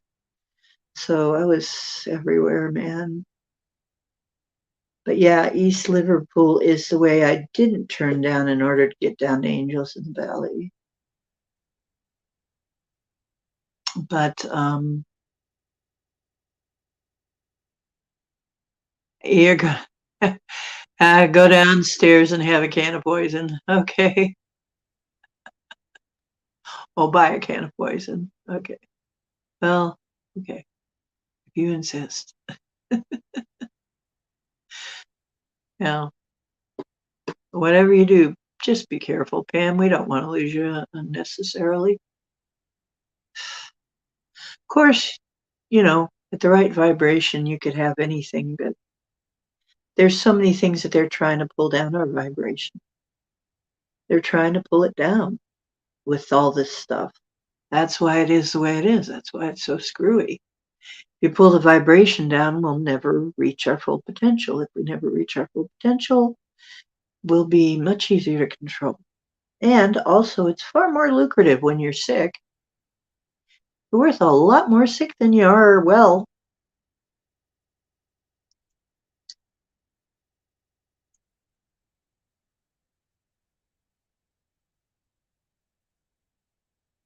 Cool. Good for you, Pam Smith. Maybe if you can keep it down to one, you can avoid the consequence. Yeah, as long as you don't get them building up. Because honestly, every time, every single time. I had another person, I started seeing the bottles accumulate. She would get them in bottles. After a while, cans weren't enough. She'd have to have bottles full. After the bottles full were accumulating down around her feet one day, I said, you're going to give yourself diabetes. This. I don't care. She was having her Coca-Cola high. And it was only about a couple months down the road. She got diabetes. So careful. Don't overdo it. You can get by with a lot if you don't overdo it. Yeah, get with me. I'll arrange something. Have to have that canned flavor. Probably the flavor. They're probably eating away the can. Anyway, talking about Coke. Yeah, okay. If you want me to talk about, whatever you want to talk about here is okay. I just want to make sure that I'm giving you the kind of show you're looking for here. I want to make sure that we're having the kind of discussions you guys want to have.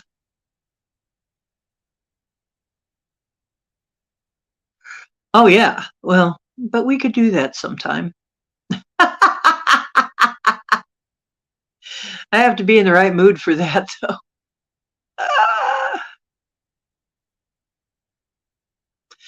Yeah. We'd all be pretty sitting here pretty well. Yeah. Ooh, hey. But it's funny because most people can't tell with me. It's I'm the same. It doesn't have a whole lot of effect on me for a long, long time. It takes quite a lot to really seriously affect me. I mean, to make me even slur my words and stuff. Other things will do it. Being tired, having brain fog will do it. But not alcohol, oddly enough. Alcohol, I lose my pain. I get very social. I dance. I sing. I do get more psychic, actually.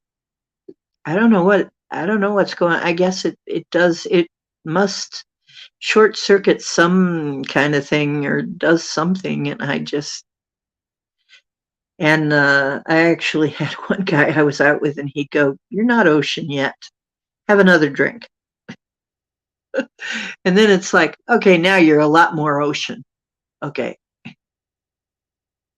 Because I get to a certain point and I'd just say things and I'd just be right. It's like, and people would say, "Oh, you're so wise." It's like, am I? Am I? Oh, okay.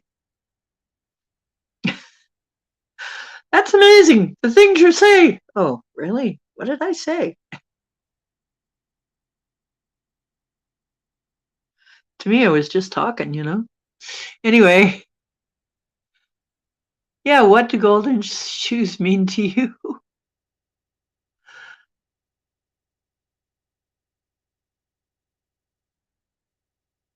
That would be funny. Oh, you've been sober a year. Oh, okay. Uh, yeah, I think that's got to be part of it. Is my logical brain just kind of gets pacified and just kind of calmed. It just, you know, kind of knocks out my analytical stuff, and I just talk. I had to do the show that way and see if anybody can tell.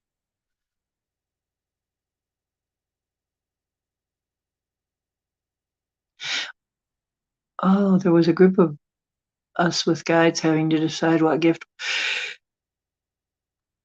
It was a test. Hmm. Every 3 years. Yeah, mojitos are delicious.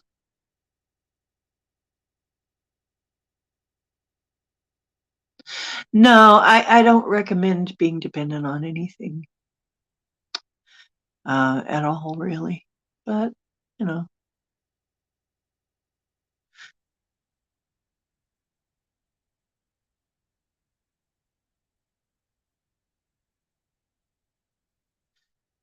in a spaceship, cool.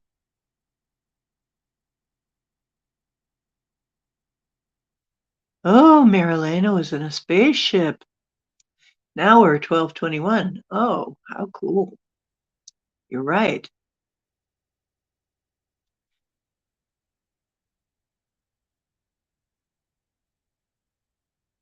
Yeah. A lot of times when we're dreaming, we're actually doing stuff. We think we're dreaming, actually not doing stuff. A lot of us do a whole lot in our sleep. That's why we wake up so dang tired.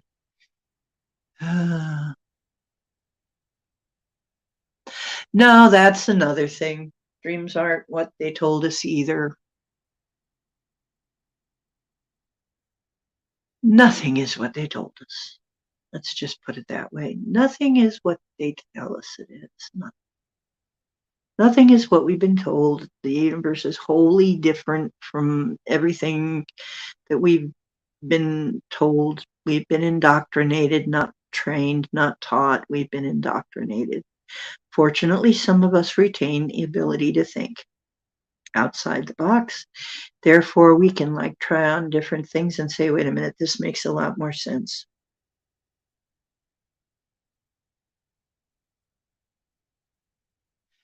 I have mentioned despite my doctor, bipolar. Yeah, and I can't think of what else to do. Give you a drug. Yeah.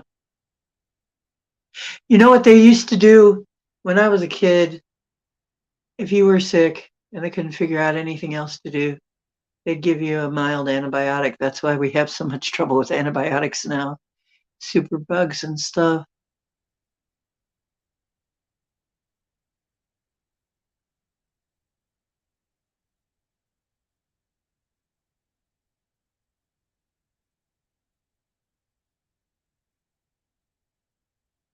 Made moonshine. Whoa.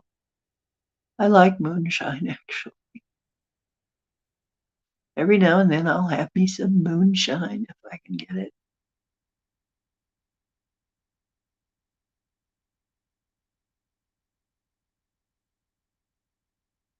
Right. This life is an illusion for the most part. I have said this many times, seems everything. Yeah, we've been lied to about pretty much everything. Violent drunks, dumb drunks, and like I said, I used to call the frat parties beer and barf parties.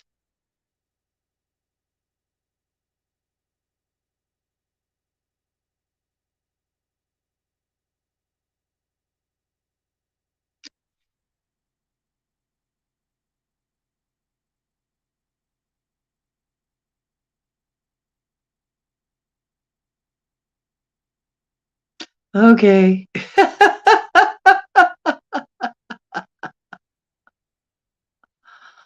uh,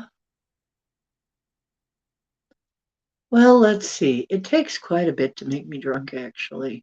I have been drunk, not very often. Been a little tipsy. I don't get drunk, really. Um, I never had, I only twice in my life did I have a hangover, and that was enough. So I decided I wasn't going to have any more hangovers. I wasn't going to do that again. Have a hangover. You know.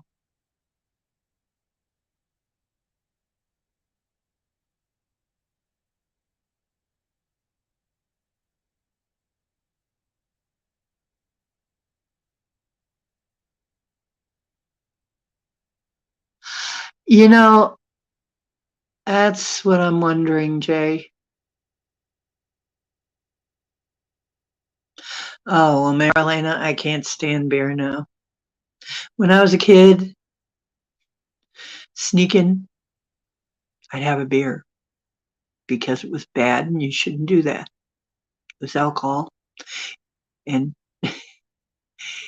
you know, but no, now that I am grown, no.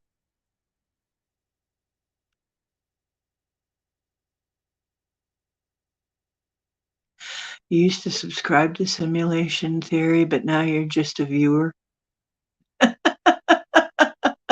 just a regular viewer. Uh, yeah, this is a hollow fractal. This is a game. This is exactly what I say. I mean, I'm sorry, but that is really true. I mean, I act like it's a joke, but I'm not joking, really. This is just tips, tricks, and hacks for playing a massively multiplayer holofractal total immersion VR learning game called Life on Planet Earth. It has nothing to do with real life, which takes place outside the sim. So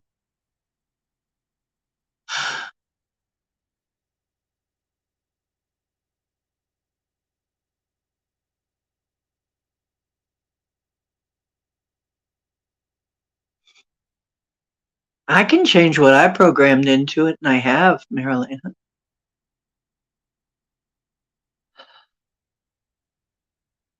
I'm working on it. I have changed some of it. Well, actually, it depends on what we programmed into it or what they programmed.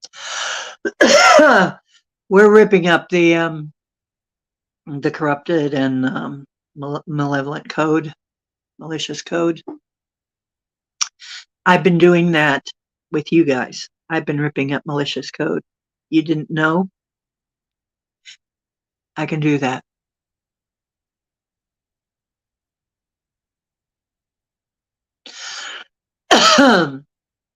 If you didn't help with your program or participated in what you would do on Earth, you are given one what? I'm not sure I understand what you're saying there.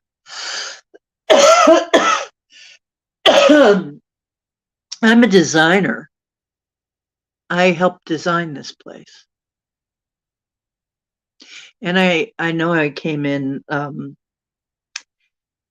checking what was causing the glitch ups, was causing some of the screw ups. And I even told people that. I remember telling people that. I remember realizing that I had to clam up about it because it wasn't good to let people know that. I guess I can say it now. People just either think I'm crazy or whatever, or kidding or whatever. Because I make a lot of jokes.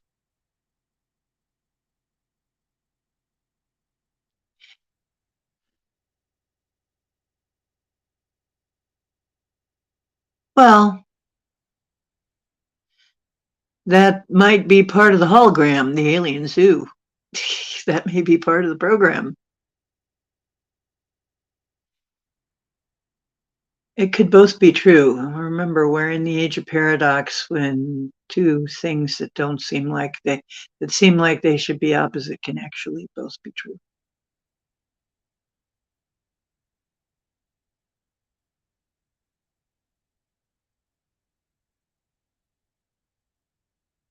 Yes, I am changing my timeline. I keep changing the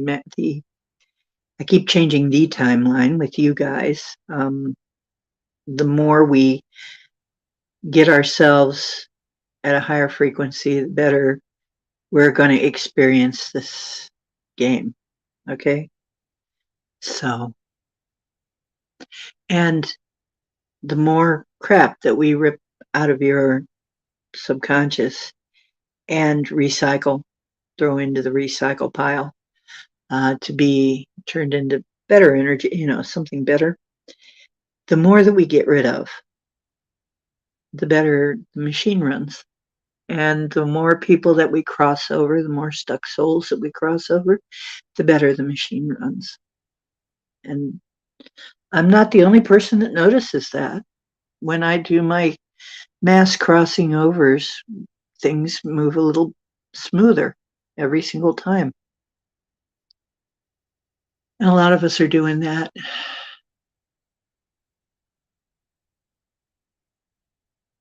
Oh, if you don't decide, you can spin random. Yeah. No, it's not like the movie.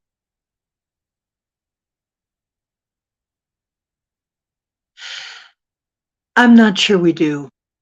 I'm not sure we have an actual biological body. We might just be energy because that's what a lot of us are seeing when we get out of here. And that's what we look like. And that's what we're told that we look like.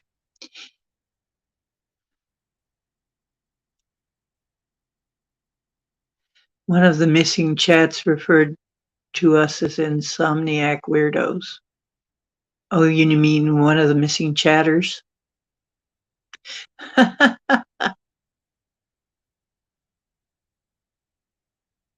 I exist outside any program. No, we exist outside the program. I'm pretty sure of that. I can't prove it to you because I've been outside. Ah, yes, you can get outside it.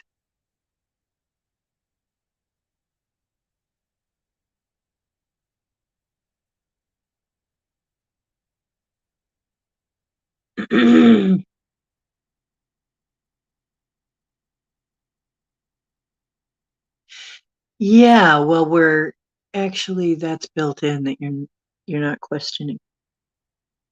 We built that in so that you can enjoy the game. And that was part of what was coded in. So that you wouldn't keep saying, oh, this is just a game and walk away. Try to walk off to make it, to give it realism.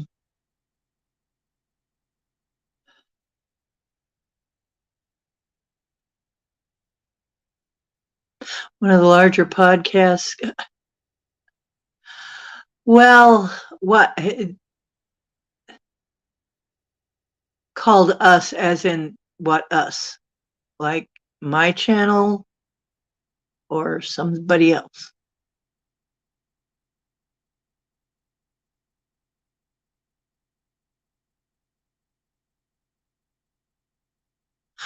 Telephone, called telephone. Very famous um, analogy. Yeah. It can become very different very fast, can it?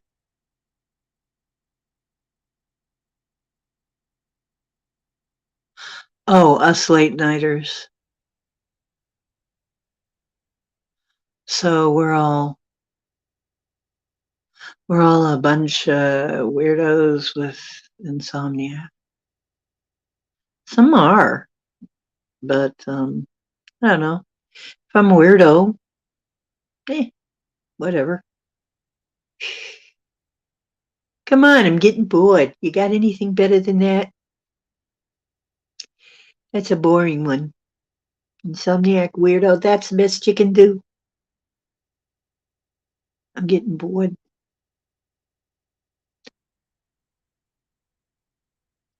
I know the game, but I can't remember the name. It's called Telephone.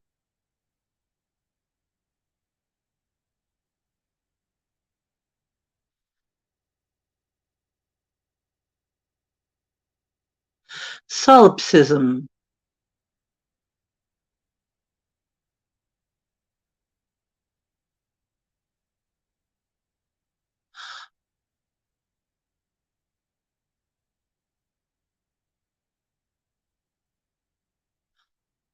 Okay, solipsism. I'm totally lost now. I've tried to follow chat. I can't follow it now.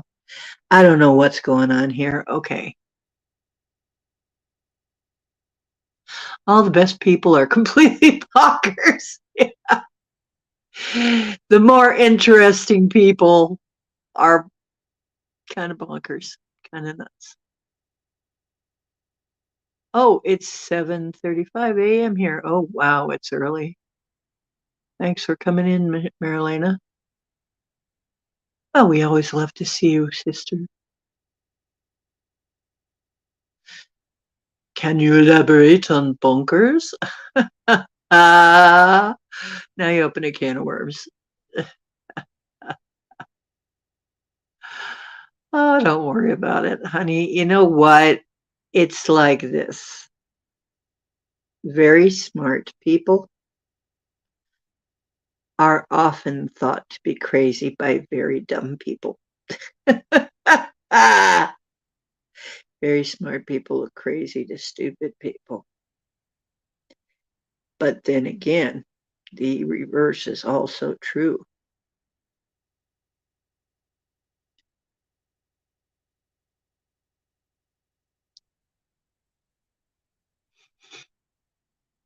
Oh, I get it. Saying, yeah, heck yeah, I'm a weirdo insomniac. Tell me something I don't know, right? That's how it went. Okay. Yeah.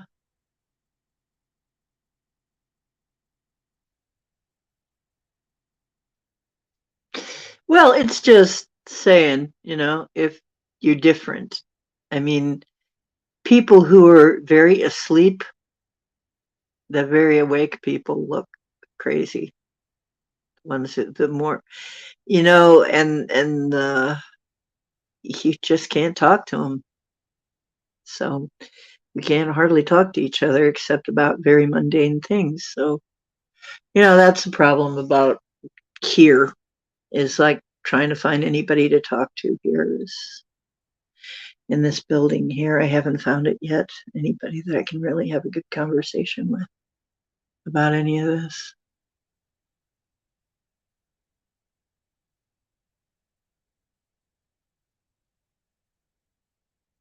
Yeah, to the outside world, we don't conform, so there must be something wrong.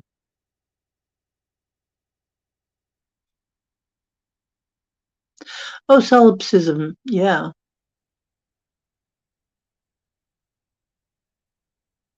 That the self is all that can be known to exist. That's right. I only know. I think, therefore, I am, and I might be the only thing that am.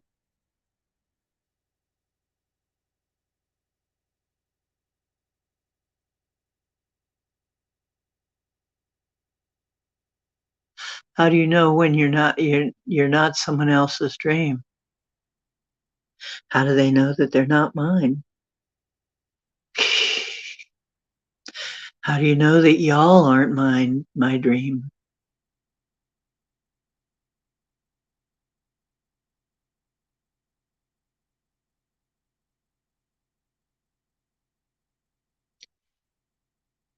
Yeah, talk to my guides and things happen around me. Yeah. You want to say weirdo? Okay, fine. I don't give it. I don't give a rat's patootie. It's funny because Tom McDonald has a song like that where you can call us this, you can call us that, you call us this and this and this and this. Is that the best you got? Hurry up, I'm getting bored. You know, it's like I've heard it all. I've heard it all. Don't even bother. Don't try to insult me. I don't give a flying F. I'd rather be me. I like being me. I think therefore I am. I think therefore I think I am. I think.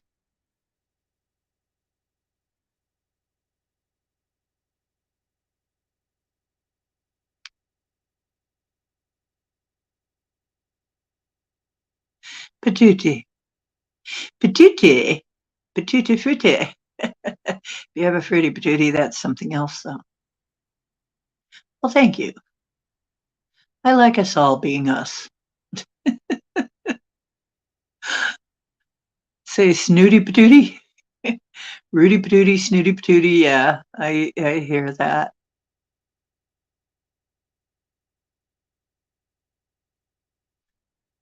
You know what? You should always be yourself because everybody else is taken. And besides, you do it better than anybody. Ah,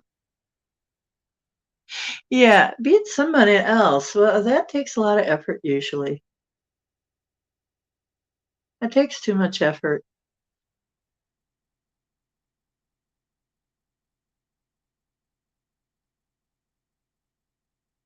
I've gotta be me. I've gotta be me.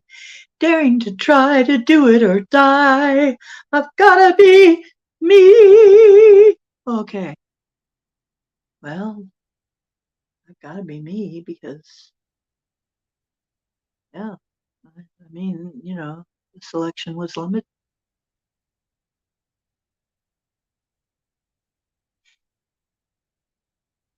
Bless my soul.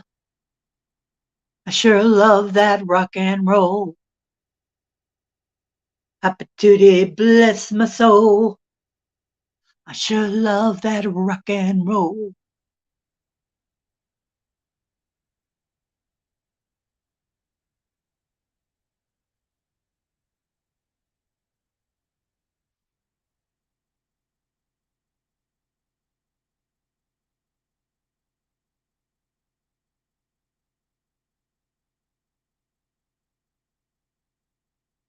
Snooty patootie, yeah. Uh, Things like people who are very trying to come off like they're way smarter than you or um, rich or whatever.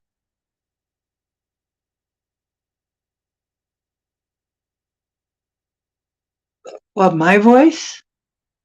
Oh, thank you. If that was aimed at me, yeah. Oh, yeah. Well, I guess I'm the only one that you're hearing. So if we had a rainstorm, they'd drown, right? We used to say that too. Oh, had a post-op complication. Oh, I'm sorry to hear that. Michelle, hematoma. Oh no. Oh no. Oh dear. Angels, I don't know what's going on there. Is he fixing to take off? Is he fixing to assist from the other side? He might be. We'll help him either way, whatever he decides. Whatever he decides.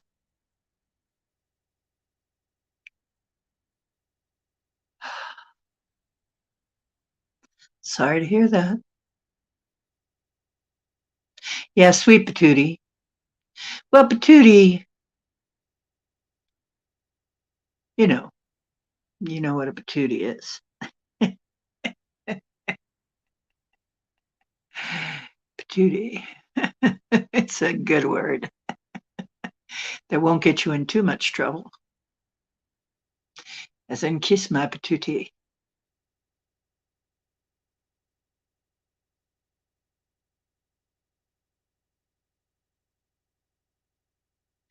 Yeah, there's hot patootie, sweet patootie, rooty tootie, um, snooty, snooty patootie. I don't know. Lots of versions of that.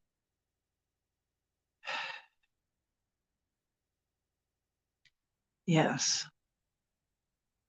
Well, I just told the angels to go handle it.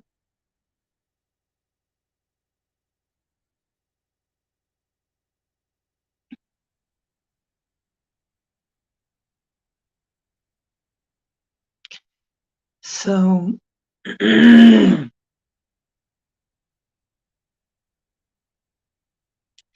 might be fixing to go on because he lost his backup, he said. Am I getting this right?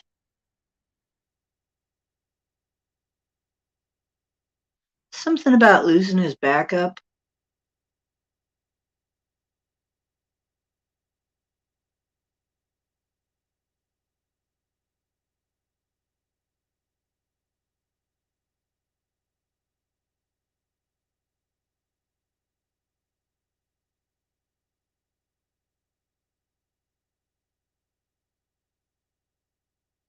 Well, if I knew him better, I'd put him in touch with Paul. Paul might be able to help him.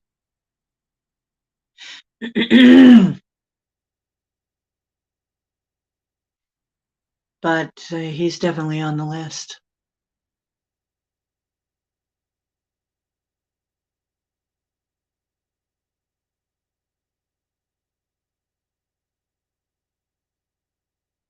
And I just told the angels to go handle it. And you know how I am. They're like an extension of me.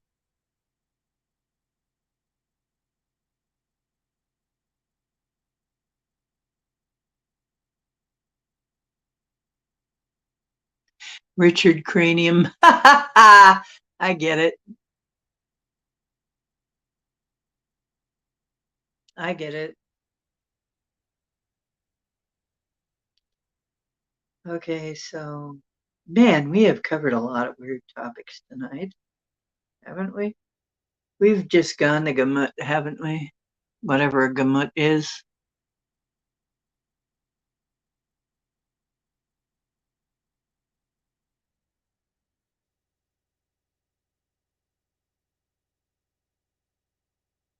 I had a friend who was an agnostic, and I always told him that's just short for an aggravated Gnostic.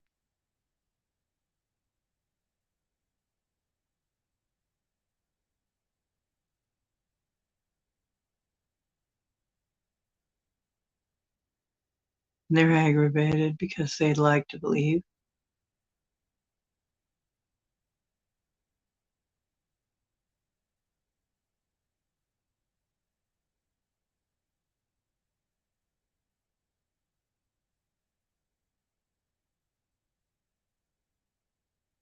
We got so wooed, we didn't know what to woo. So woo, we don't know what to do. I gotta woo, don't know what to do. Do do do do do do do do do do do. Yeah, it sounds like it could be a Beach Boys, yeah. No, not really. Well, once you get on the woo ship, uh, we can travel anywhere at all. ah, ah. Yeah, it is a good chat night, isn't it?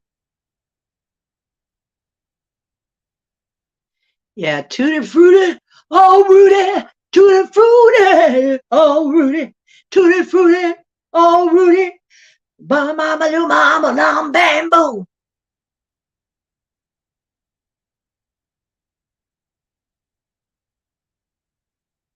Yeah. If you ever heard me do full Janis Joplin, you'd probably still be shocked though, because I can go full Janis Joplin on a song and just really felt it and do all of the smoky voice and all that.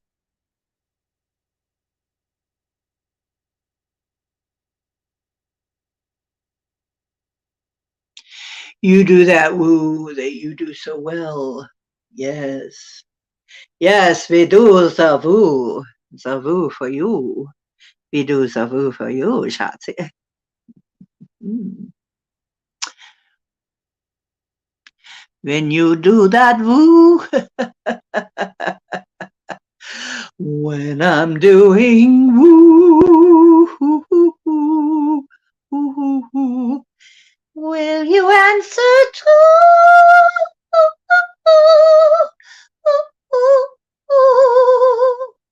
Oh, but it pierce anybody's ears. Ear piercing is, I charge for that, you know. Ear piercing is extra.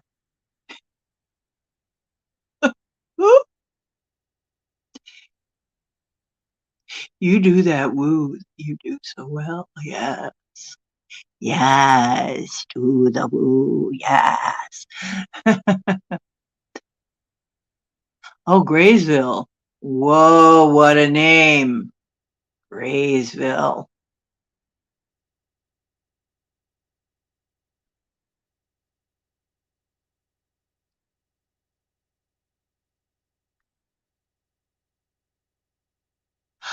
Oh my goodness, a national forest trail. Wow. I am here. I had to feed my lion pride. Oh, Marilena, you had to feed all the kitties, all the pretty kitties. Oh my goodness. No wonder you had so much happen. That makes all kinds of sense now. Hey, what? Did I hurt your ears? I'm sorry. I had you worried for a minute. You thought maybe I got hurt? Mr. Cowboy here. Hear him?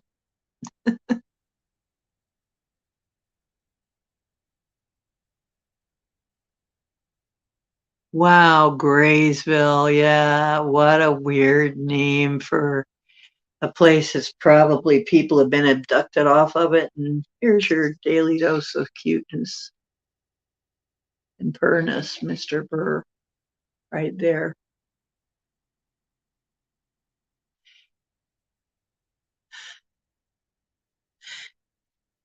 Mr. Cowboy, bring me some purrs. I need a fella with soft silky fur, with big green eyes and a cute little pink nose. I need a guy with little bean-shaped toes. Cowboy, I was alone, didn't have a kitty to call my own. So please turn on that purr machine. Mr. Cowboy, bring me good dreams. Mew, mew, mew, mew, mew, mew, mew, mew, mew, mew, mew, mew. Meow. He loves when I sing to him. He really loves it. Anyway, I'm sorry I have to sing to him. It's just hard not to. It's a silly song. If you don't like silly songs, this is really the wrong place for you. Uh,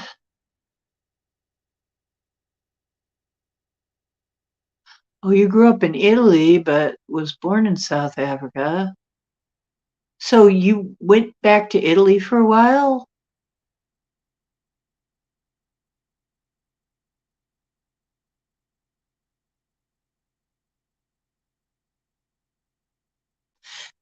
South African with Italian genes. Does that mean they have spaghetti? Do you have spaghetti stains on your jeans? I'm teasing you, Marilena. Reinhard Mills.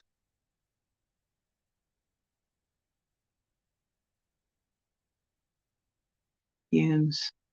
Trying to remember if I know any. That's pretty cool. Yeah, she has like, yeah, that's my baby. Well, thank you. He loves it too. He really loves me to sing to him.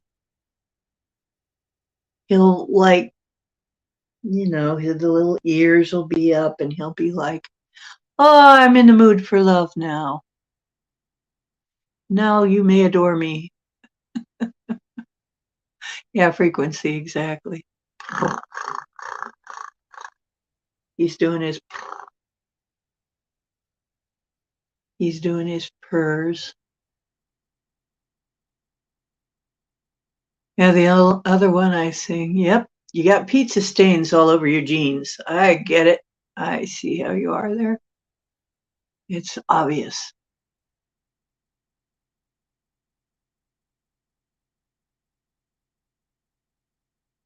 Oh, you went to work there. Okay.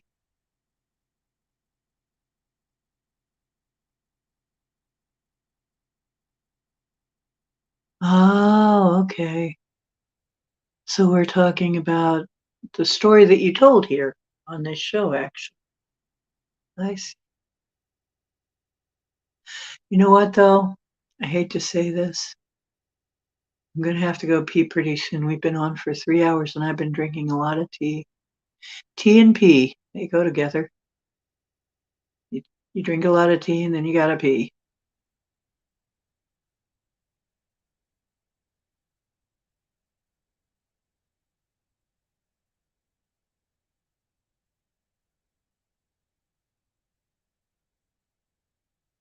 I don't think you were here for that, Jay.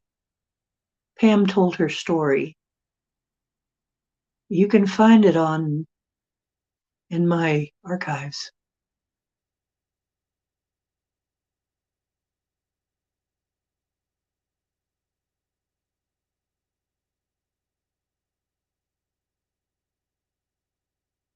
What? You're smiling. Oh, well, I'm glad. I see you smiling. That's good. They say never trust the smiling cat, but Cowboy smiles a lot, and you can trust him to purr a lot and be a sweet boy, except when he's not. Sometimes he's a little stinker.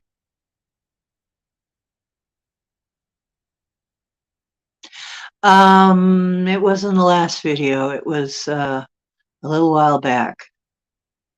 It was like maybe a month or so back, but it does say Pam Smith. We had her on specially.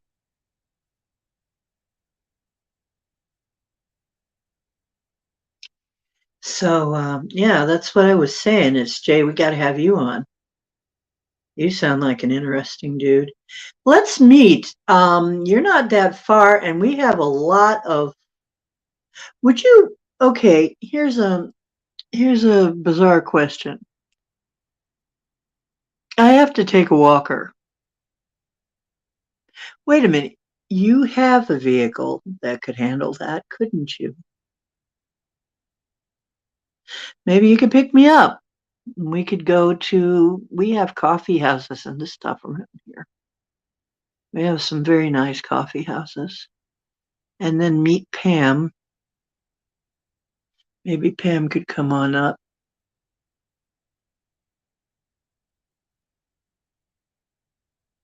Yeah, you know what? I can hardly do without a kitty cat.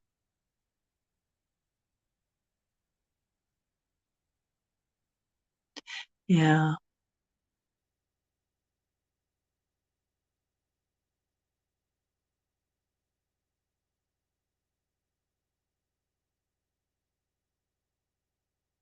The thinker and the stinker. Well, he does sometimes he'll start farting on me. He's a little stinker sometimes.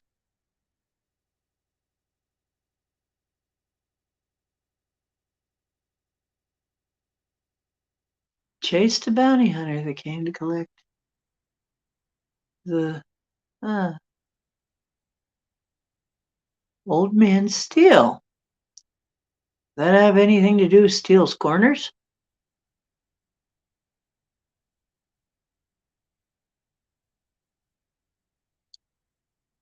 East Liverpool. East Liverpool is still pretty far from here. I couldn't get there unless somebody took me.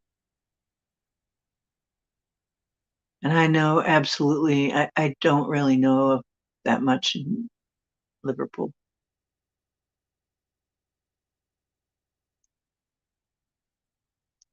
Oh, wow, that's quite a story. Well, Jay's got to be on the show and probably more than once. You're probably going to have to be a regular guest on the show, Jay. Sounds interesting. Sounds like you know a lot of interesting stuff.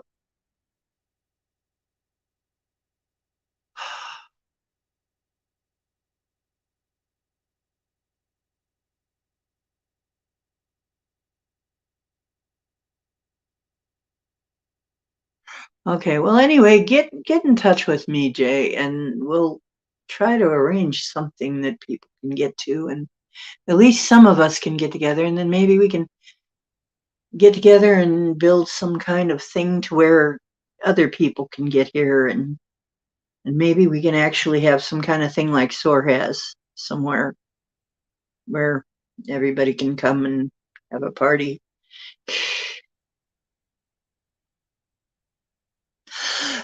You know what I wanted to do once is rent a party bus and have everybody get on the party bus and take a tour of Ohio, haunted Ohio.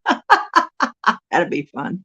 Go down to the Serpent Mounds. Everybody get on a bus and go to Serpent Mounds. Well, it's going to. Okay, I see. Maybe both. I hate when they do those updates. They always screw something up. Oh gosh, the heat's on again, and now I'm. It's probably pulling something in from the outside. Yeah, some kind of powwow.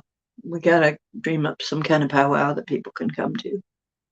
But first, we gotta get something going. Like I said, maybe we can get.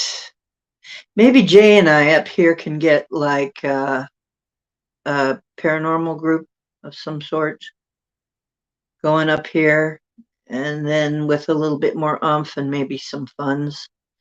Um, Maybe we could set it up to where we actually have some funds, and then set it up to where we can have a place somewhere to have a meeting. I know there's a place here called Emilio's Party Center. It's over actually near uh some, well, actually anywhere is near haunted areas here. Anywhere we go here. Yeah, why? You want to go too?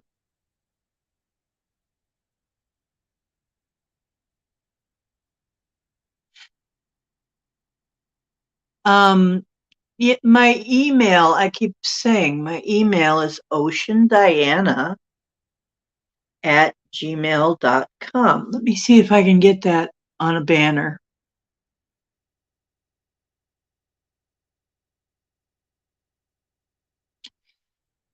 Okay, hang on.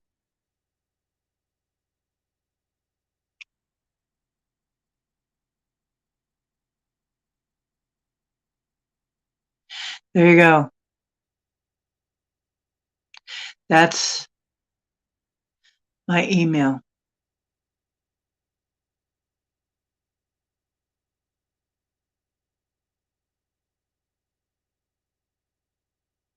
Oh, really? Cool.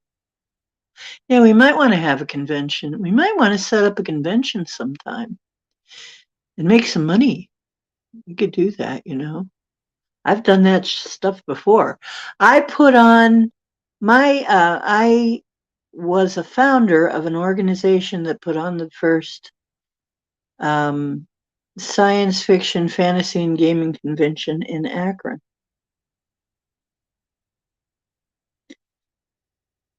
StarCon, I think we called it Stargate Con or StarCon or something like that. Anyway, yeah, we had um, We had a club we called Stargate, and boy, do I have some stories about Stargate.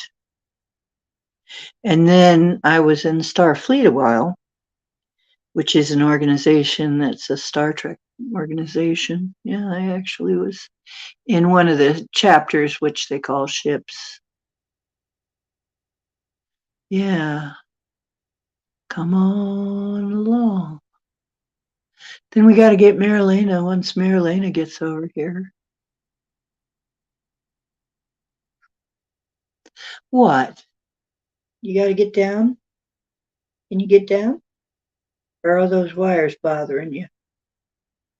He doesn't like them very much. He don't like them. He don't like it much. No. Here, that work?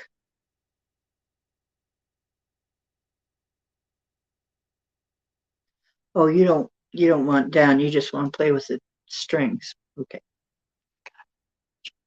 Don't chew it. I don't need you to become a fried kitty.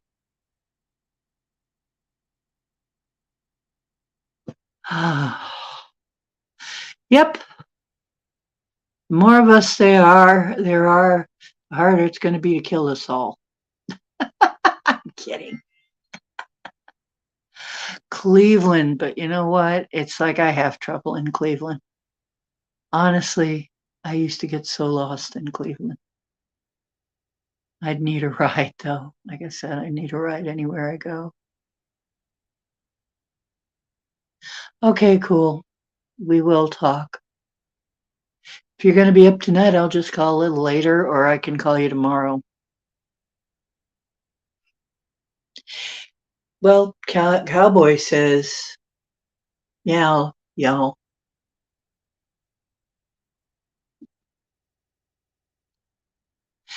Yeah, Cleveland. I always had trouble in Cleveland. Oh, you need your morning coffee. Oh, yeah, go have your coffee, Marilena. You gotta have your coffee. Okay. He's just off eating. He's just gonna go eat. He's feeling a bit hungry. I can see him right now. He's got an owl on it. It's funny because where his tail ain't, where he's only got that one little bird, he's got an owl on his butt. Shaped, an owl shaped marking on his butt. Oh, you're used to Cleveland. Okay, but you're driving. You can pick me up and you're driving. I'm not driving in Cleveland. I don't have a car anyway, though.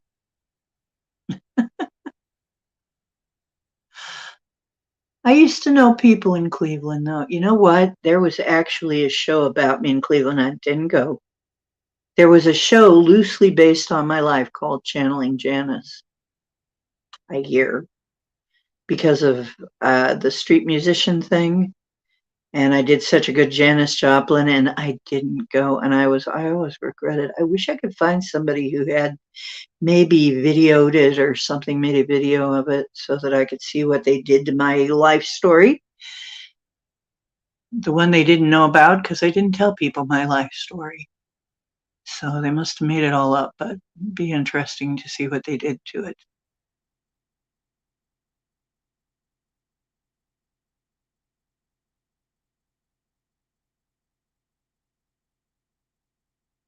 Oh my God, that's horrible, Pam.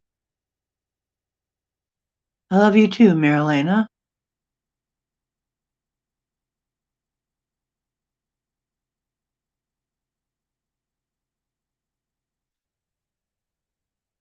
You know,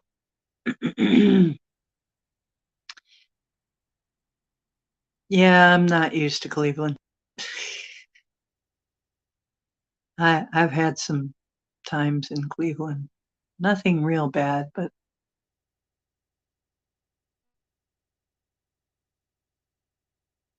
just real weird. Morning doesn't happen without coffee.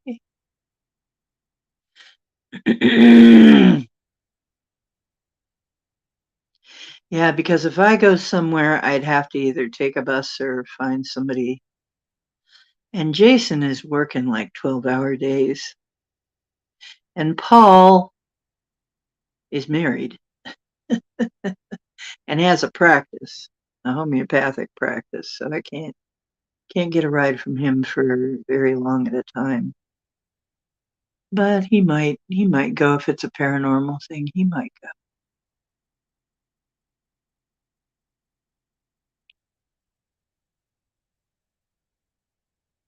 And you know what? When I started drinking the mushroom coffee, at first I wanted to drink a bunch of it because it's so delicious.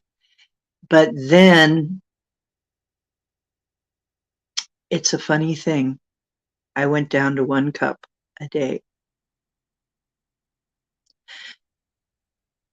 But then I got told to quit drinking that because of the mushrooms, and I'm trying to get rid of a fungus because some kind of fungi grew on me.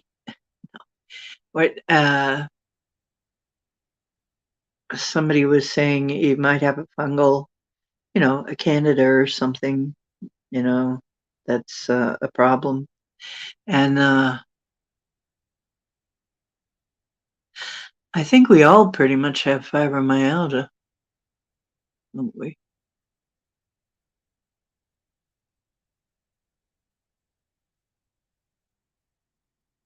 Wow, the doctor being shot is really freaky.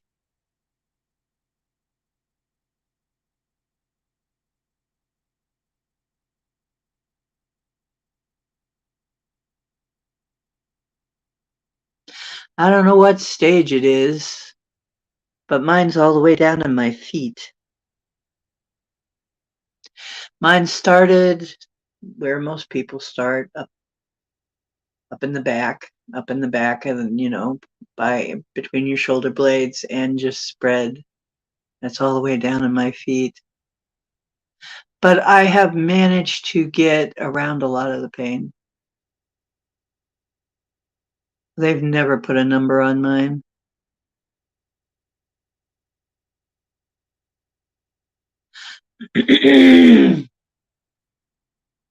Oh, a doctor with an affair. So it's 12-12 for you. Well, it's 1-12 for me.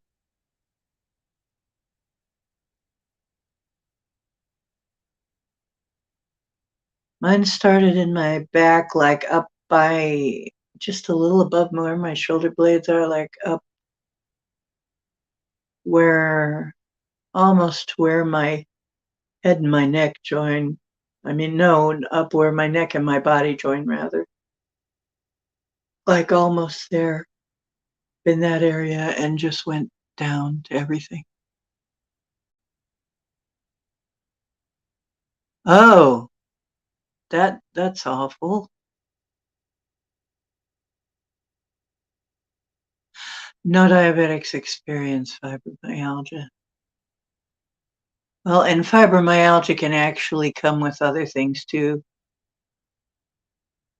I mean, fibromyalgia is just autoimmune disease. Bad. Oh,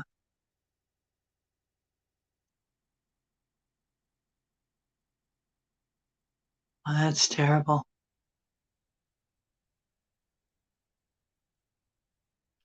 I worm myself every now and then just to make sure.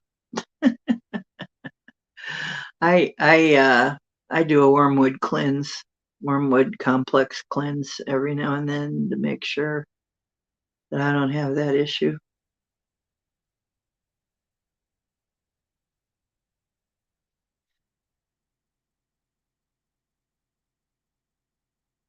How many abductees or experiencers have fibromyalgia? Quite a few. And empaths. I find a lot of empaths. A lot of people in this field have it. Um,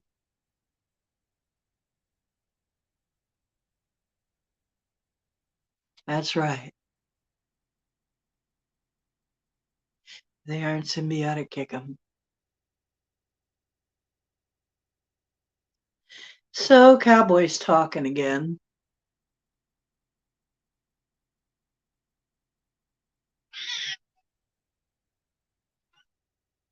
That really? What was that all about? That was a long one. What's on your mind? Are you want to be on the show? Do you have a story to tell?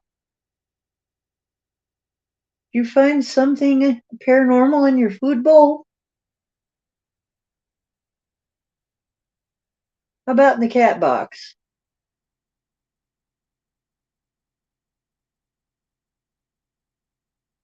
There isn't anything paranormal in your cat box. Come here, silly cakes. Come here. Mom will love you. Don't. Mom loves you. Yeah, he wants to go to bed. I know. He does that. Yeah, I think there is connection. I'm pretty sure. I'm pretty sure. Oh, God. That would be terrible, Marilena. I'm so sorry you had to go through that.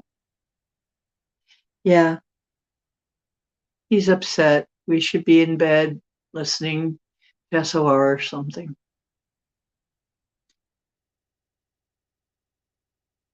He's not used to me being this late. Yeah. Says, Mom, I want to cuddle up. I want to cuddle up and purr and you pet me. Oh, yeah. Okay, well, geez, what a heck of a way to go out. But don't worry, we shall be back again. Um, like I said, on Sunday, we should have a regular schedule going here, the regular schedule for now. Although I am thinking of bumping one of the days up to 8. How would some of you feel about 8 o'clock? I know that it would be hard for Marilena, though.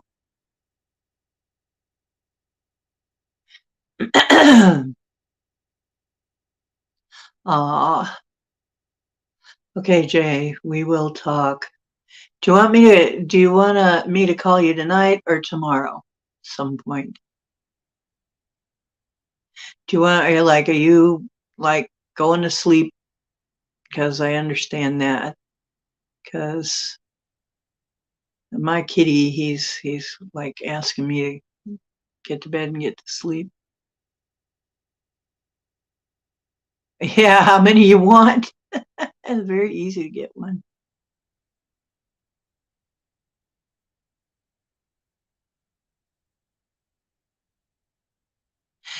Yeah, coconut oil is wonderful, isn't it? That's horrible though, Marilena. I'm so sorry. It sounds absolutely awful. I hope I don't dream about that. That's awful. Um, it's 1:18 a.m. here. So it's getting late-ish.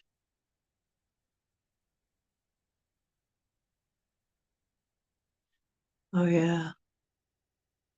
We usually have too many kitties here. I'm trying to give them away.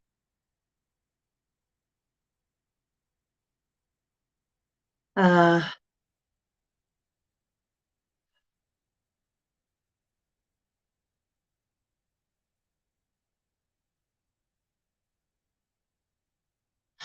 that's good.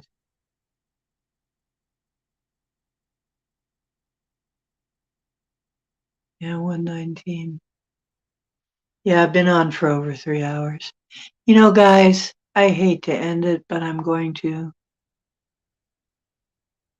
Oh, the energy healing worked great. I'm so glad, Marilena. Okay, Either that or I'm going to go to the bathroom because I don't want to be right here. I'm going to have to take a break. Okay, I'm going to just put on the I'm going to put on the little mini movie. I'll be right back. I'll let you chitty chat a little more. Let me put this on.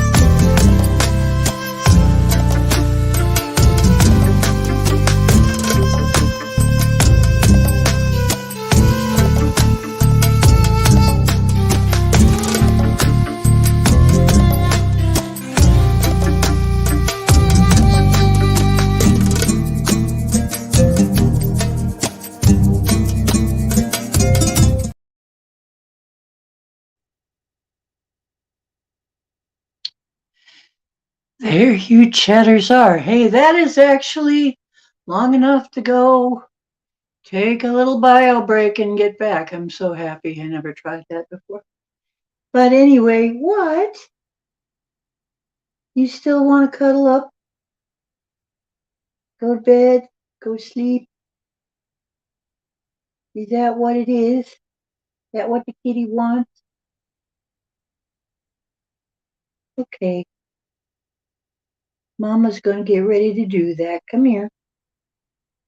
Come on. We'll cuddle up and go to listen to some other stuff and sleep.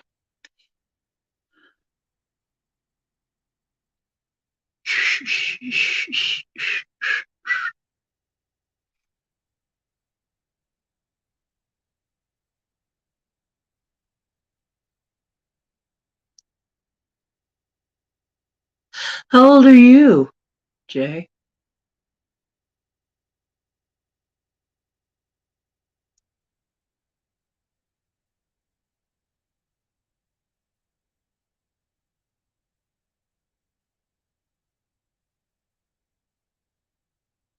You're so welcome. I'll run that every time I need to go take a pee break.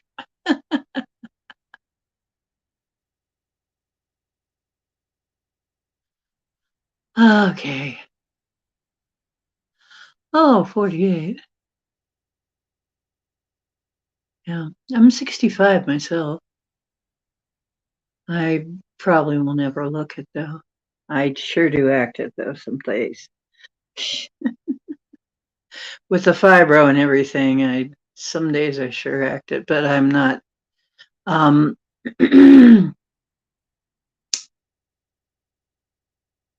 determined not to let it stop me from doing stuff.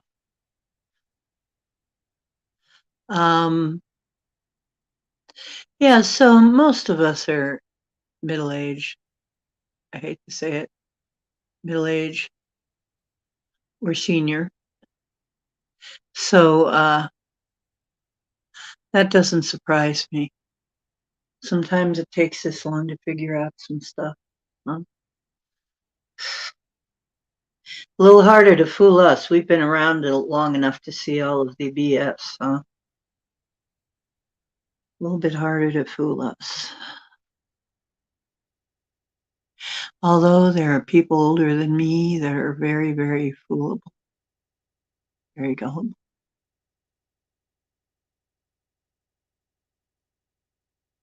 Oh, cool. Cool. How bizarre is that, Michelle?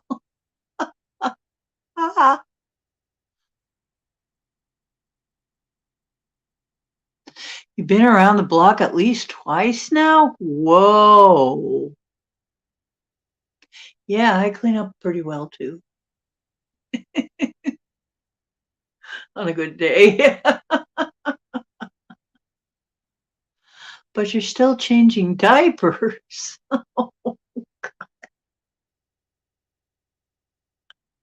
Ah,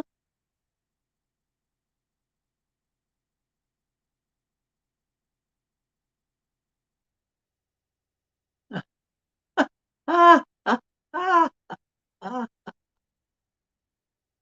Don't be hard on yourself. Let us do it. No, I'm being silly. Yeah, we should never really put ourselves down. Other people are willing. You know, why do the extra work?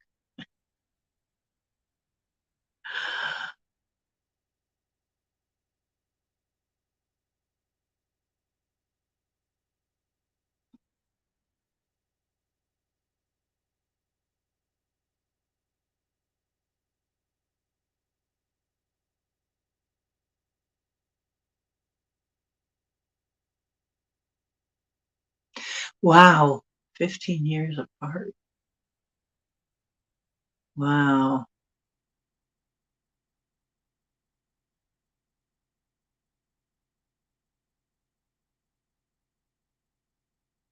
You know, and then there's my friend Paul. He's in his 70s now.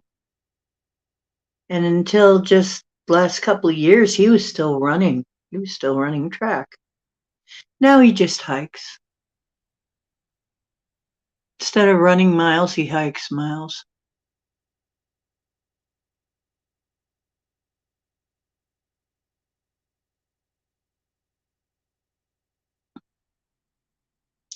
You know, Michelle, we have to see what we can do about that. I have helped some autistics before. I don't know, but it's not impossible. We might be able to do something about that.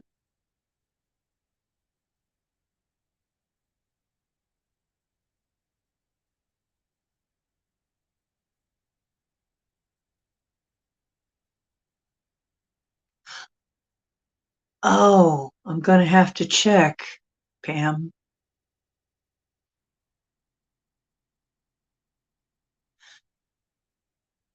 7/17/72.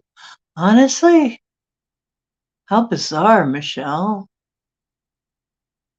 How, oh, really bizarre. All those sevens.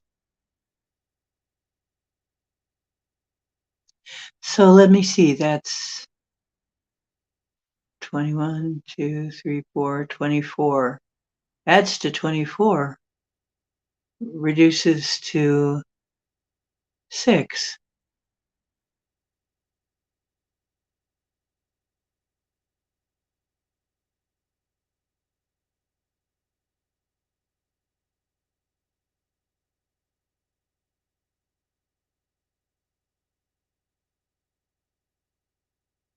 Okay, I'll check.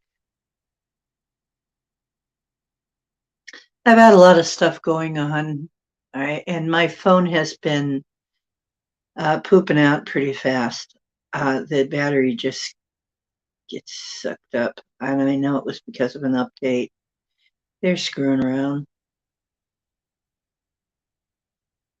So I don't get to see things as much as I, usually would because I'm trying to walk around with my phone and get some stuff done and I look and it's like 15%. What? And then I turn the display down so far, like down, and I can barely see it just to get a little bit of extra time. Okay, I can't wait. I can't wait. Okay, so we're almost done 3.5 hours. So I think I'm going to pull it down. So it's 1, 2, 3 backwards. It's time. 3, 2, 1. Okay. Truth is where you find it. Hope you're finding some on my channel. Please remember to like, share, subscribe, make some comments once it comes back up. You know how to get a hold of me, oceandiana@gmail.com.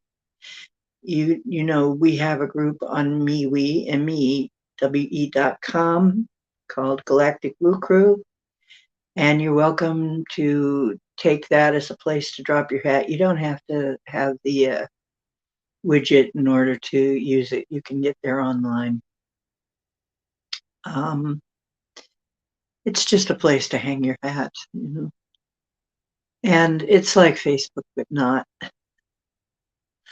Um, I am going to be moving some stuff to Rumble as soon as I get that all straightened out.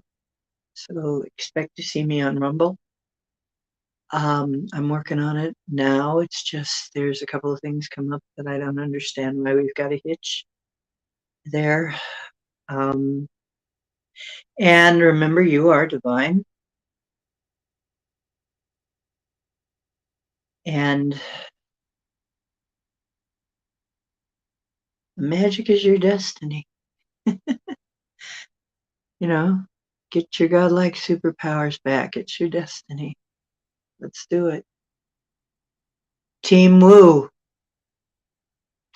Okay, Woo ship's gonna land. You can debark. I always thought that was something they did to dogs. Bark, disembark. Doesn't sound good anyway. Yeah, you can leave now. Get out! I'm gonna kick you out the door. Get out. Oh, put you down on a tractor beam or something. Or they send you down on a little, beam you down, Scotty. Yeah, that's the way. Just beam you down now. Okay. Yeah, he's really pulling me into he wants to go to sleep. He wants to cuddle up and get warm and go to sleep. Okay. And from Cowboy and me, have a wonderful evening, morning, or whatever you're having. And I'll see you again Sunday, Monday, and Wednesday of next week, and probably at other chats. So tell people you love them if you do. And see you next time.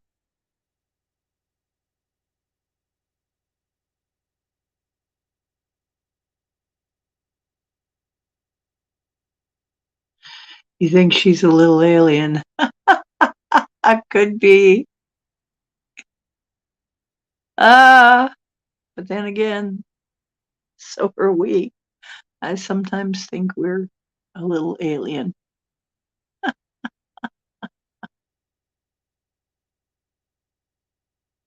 Yeah. Okay. Good night, y'all.